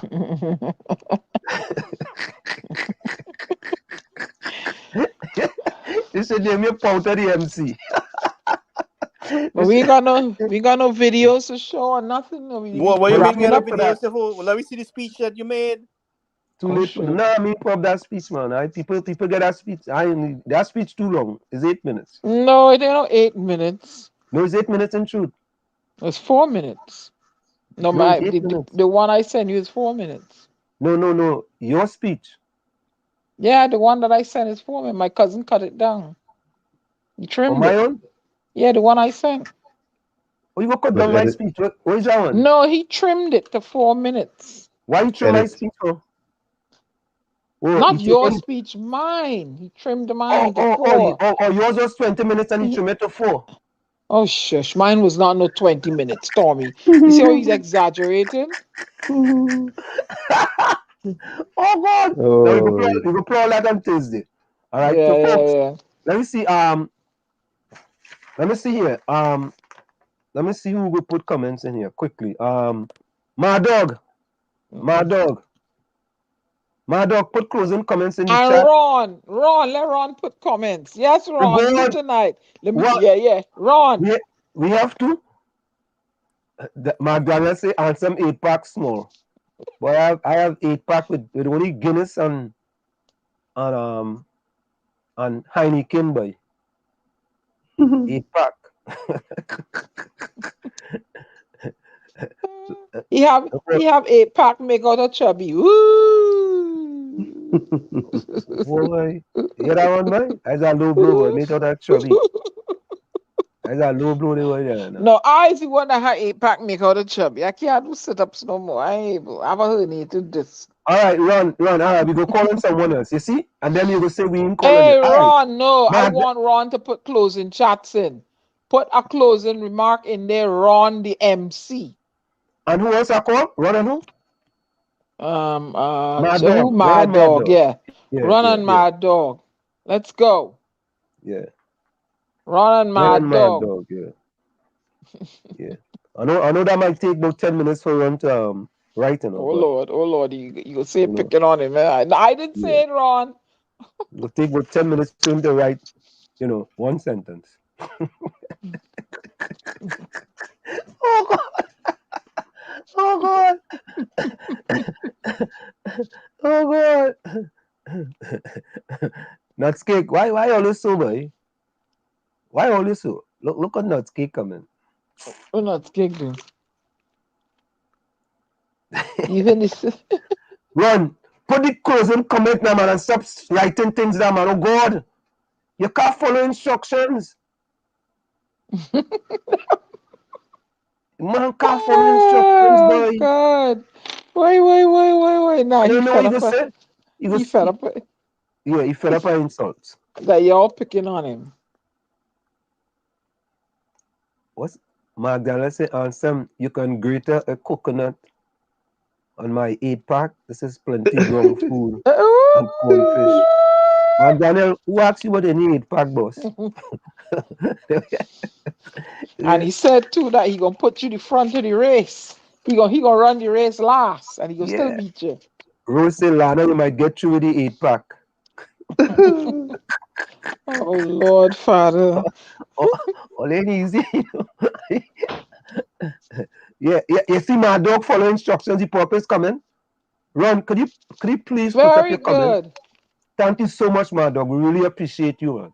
We appreciate you. Let me give this fella another 5 seconds. Nadia, good night as well, Nadia. Please be safe and God bless as well. Yeah. Hey, McDonald, don't wait for that race, because Rondon quit long time.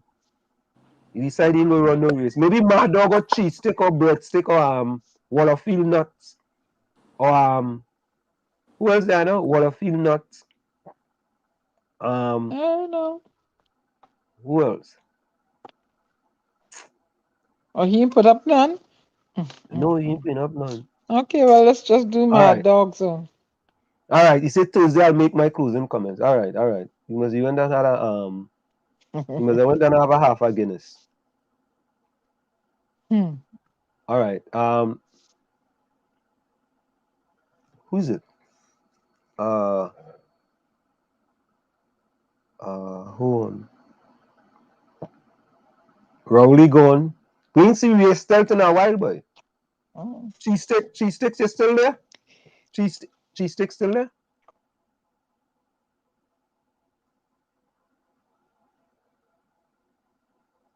Oh, I answer some cheese sticks and curries as a little children, them vexed with me because I just lay down facts. My dog, don't bring me in all your fighting, not me, nah. All you know each other. All you know each other long before me. All right. You know who else? Mark Daniels, put some closing comments in the chat. Mark Daniels. So Mark Daniel and my dog. That's the closing comments. And all I still have my. I ain't even eat my. I ain't finished eating my food yet. All right, Tommy, go ahead. Closing comments. This one is for Phillip. A good leader was once a good follower. That one's an African proverb. And this one's for me and you, Anslim.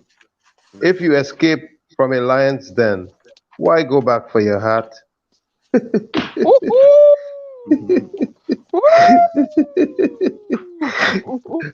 And this is gonna be the last one. If there's a Goliath in front of you, that means there's a David inside of you. Pleasant good night to each and everyone. Again, thanks and a very thanks to my eloquent friends here in the village for making yesterday a memorable one. And a happy Independence 59th anniversary to all my friends, Trinbagonian friends, family, and all the honorary Trinbagonians also. Love, love, love. Yeah. So, in the words of Margaret Mead, never doubt that a small group of thoughtful, committed citizens can change the world. Indeed, it is the only thing that ever has. From where I sit, this is it. The clock on the wall said that's all I like to say, but I've got to go. Remember, hard work beats talent when talent does not work hard. And for every 60 seconds of anger, you lose 1 minute of happiness. See you, same WZYE time, same WZYE channel. Go ahead, Gary. I wish I could tell my people Happy Independence Day, but I really can't say that. Knowing what I have been through for the last 17 or 18 months on your behalf and seeing what's happening in the country under this government, I think we still need independence. You still need to be liberated. So I would ask you to take it seriously and stand with those who are fighting on the ground for you to join the fight and don't be a spectator. This is about all of us. We want a better country. I myself would like to come back to Trinidad. I will leave here in a minute if you guys can really work together. So with that, I would say good night. And I want to thank Phillip for taking the time to join us. Good night, everyone. Oh, by the way, Diana, thank you again for your excellent job. You really hit the ground there yesterday. I am so proud of you. Thank you very much. Thank you, Gary. All right, guys. Good night. All right, Gary. Thank you so much. Go ahead, Diana. Okay. Independence. Happy and independence cannot reside in the same sentence today for me. The first line of the national anthem of Trinidad and Tobago, forged from the love of liberty. On this solemn day, Trinidad and Tobago has given up its liberty and being independent to an SOE, suppression of expression. Nations have many reasons for becoming independent. It could be acts of being treated unfairly or betrayal, or simply that they want to be independent or exist autonomously. People have always wanted to be free. Freedom, a word redolent with benevolence. We like the idea of being free. We are outraged at the thought of being unfree. But is that all what is freedom? Is that all? What is freedom? Freedom is the understanding that you can do some actions when you need to do it. It is the opportunity of choice. The people should be able to choose where they want to live or where they want to study or if they want to take a vaccine or not. No one has the right to take their freedom. Freedom means that all people have the opportunity to make the choice and to be responsible for it. We should value freedom a lot because without it, we will just be slaves who will do everything what other people want us to do. We should protect our freedom. We may have to recognize that the greatest danger to our exercise of freedom is lapsing into habits of thought where we acquiesce, where it becomes easier to think of the way things are as the way things ought to be or will always be. Furthermore, once the government is given total responsibility to see that the citizens do the right thing, you have no uncertainty that those empowered to implement the necessary policies will share your values and beliefs. Citizens may see setting up the institutional mechanisms for the government to undermine the very ideals they hold most dear. One of them, freedom. Instead of suppressing the citizens of Trinidad and Tobago, those in charge should find a way to balance individual freedom with public safety. How then to be free? Face them down. Indignez-vous, as the French campaigner Stéphane Hessel put it. Stay indignant, protest, challenge, and change. The struggle may be a moral one, or it may be a physical one, and it may not be both moral and physical, but it must be a struggle. Power concedes nothing without a demand. It never did, and it never will. Frederick Douglass. This is Diana Benskin, aka The Storm, bidding you all feeders in. Until we meet again. Good night, beloved people. Stay safe. And there you have it, our own Diana Benskin. In the closing words of Mad Dog says, good night all. With every show we improve, expose the fools, and still keep our cool. Let us all remember we must function as one unit and get each other tasks done to make a better quality of life. Thank you so much, Mad Dog. And let me go to, I think, the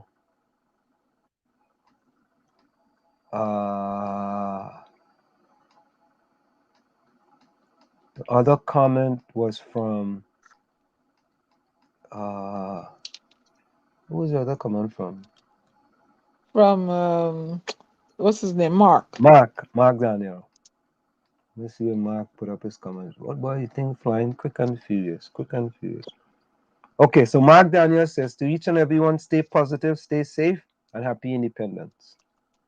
Okay, so let's go. We're gonna close out with this one here. And let me say thanks to all of you for joining us. And again, we appreciate all of you. And we're gonna close with this one tonight.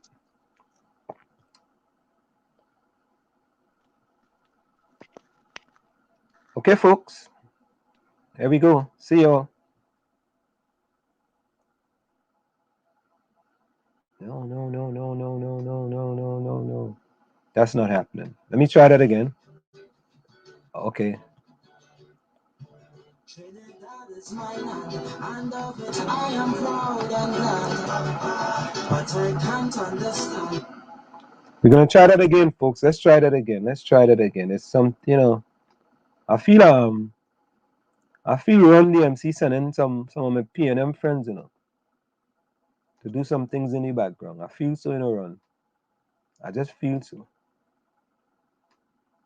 Here we go. Yeah, that's Ron. Huh? Yeah, Ron doing it. We know. Mm-hmm. Yeah. I feel you doing it. You're doing it. You have to be doing it, man. Here we go.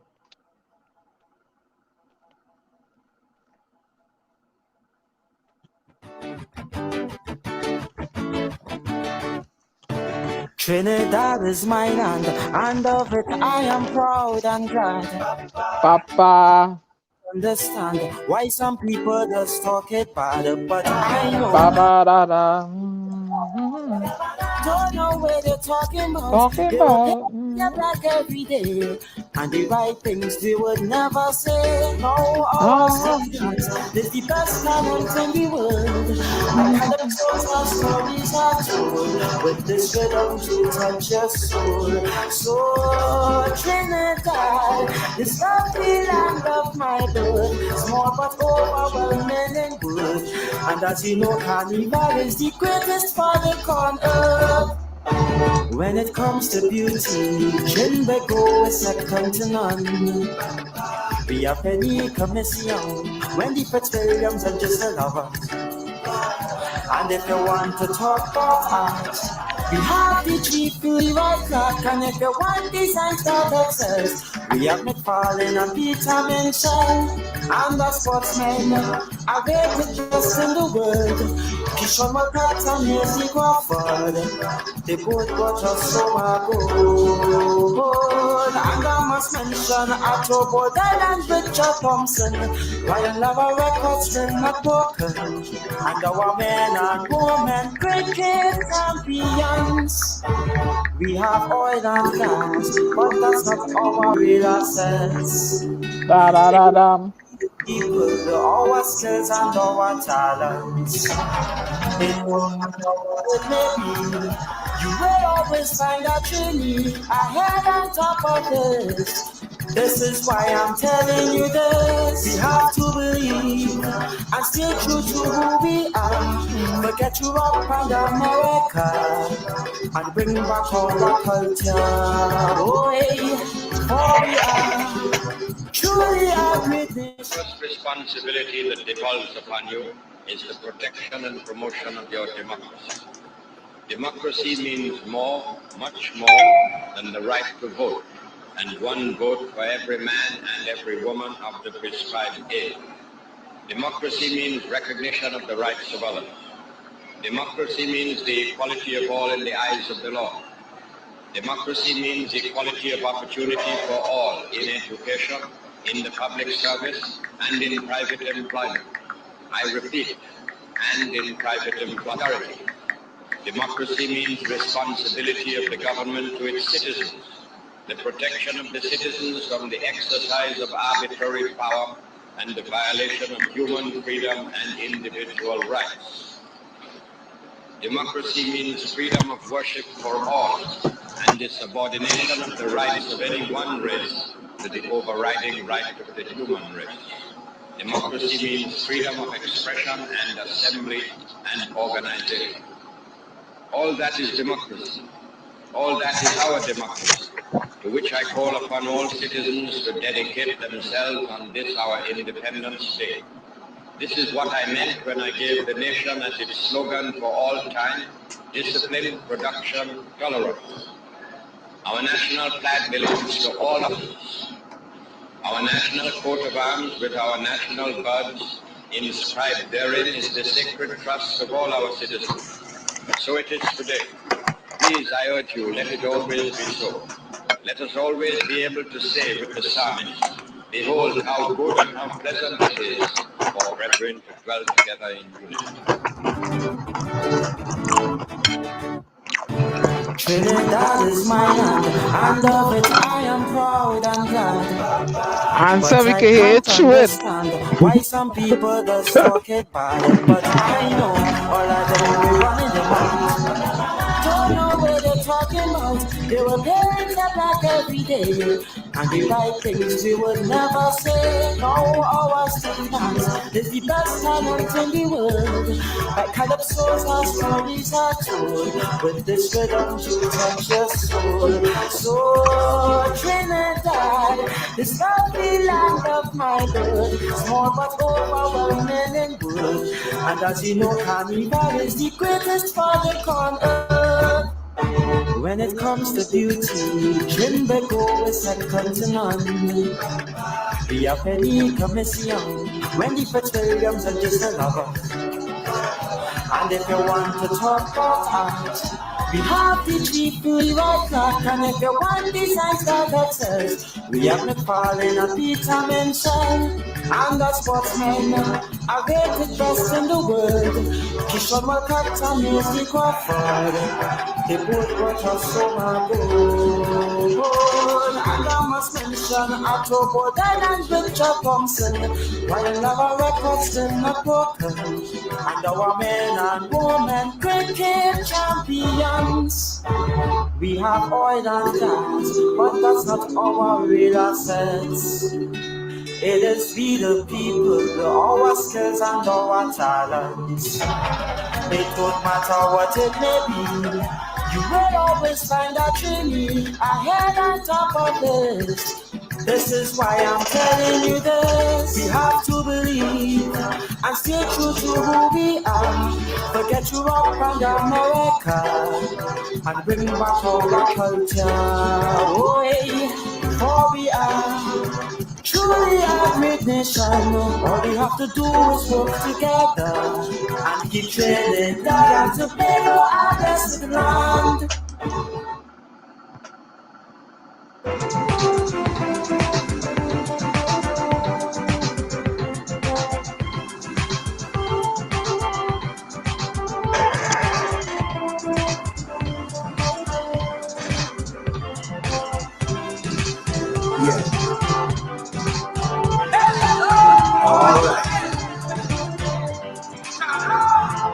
My Trinidad and Tobago, oh, my Trinidad and Tobago, keep my heart full of fire that burns so bright, dedicated to everything that's right, keep unity and equality in our Trinity.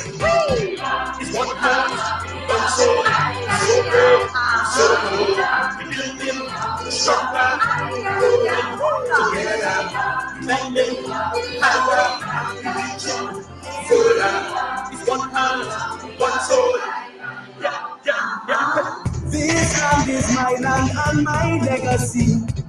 Our forefathers and foremothers fought vehemently, united so that we stand independently. Celebrating our nation's first half century, with a culture so inherently in all our being. I love the way we walk, we talk, we create a man such melody. I do my country, my Trinidad, my Trinidad, keep my heart full of fire, burn so bright, dedicated to everything that's right, keep unity and equality. My Trinity, one heart, one soul, so brave, so bold, building stronger, growing together, climbing higher, reaching further. We are one heart, yeah. We are master, but it's so perfect from home. We are bright, for your glory. We are the speedy go. The star that light is simple fly. We are kings and queens and scholars. We are so competitive in we are food and gas and food and such a breezy attitude. This longitude and altitude, I always show my gratitude. we are Trinidad and Tobago, and the island is also made of it. We are Trinidad and Tobago, and the mental of this island is made of it.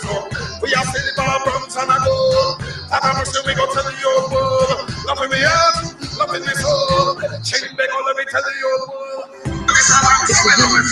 We are silver, bronze, and gold. And I'm sure we go to the old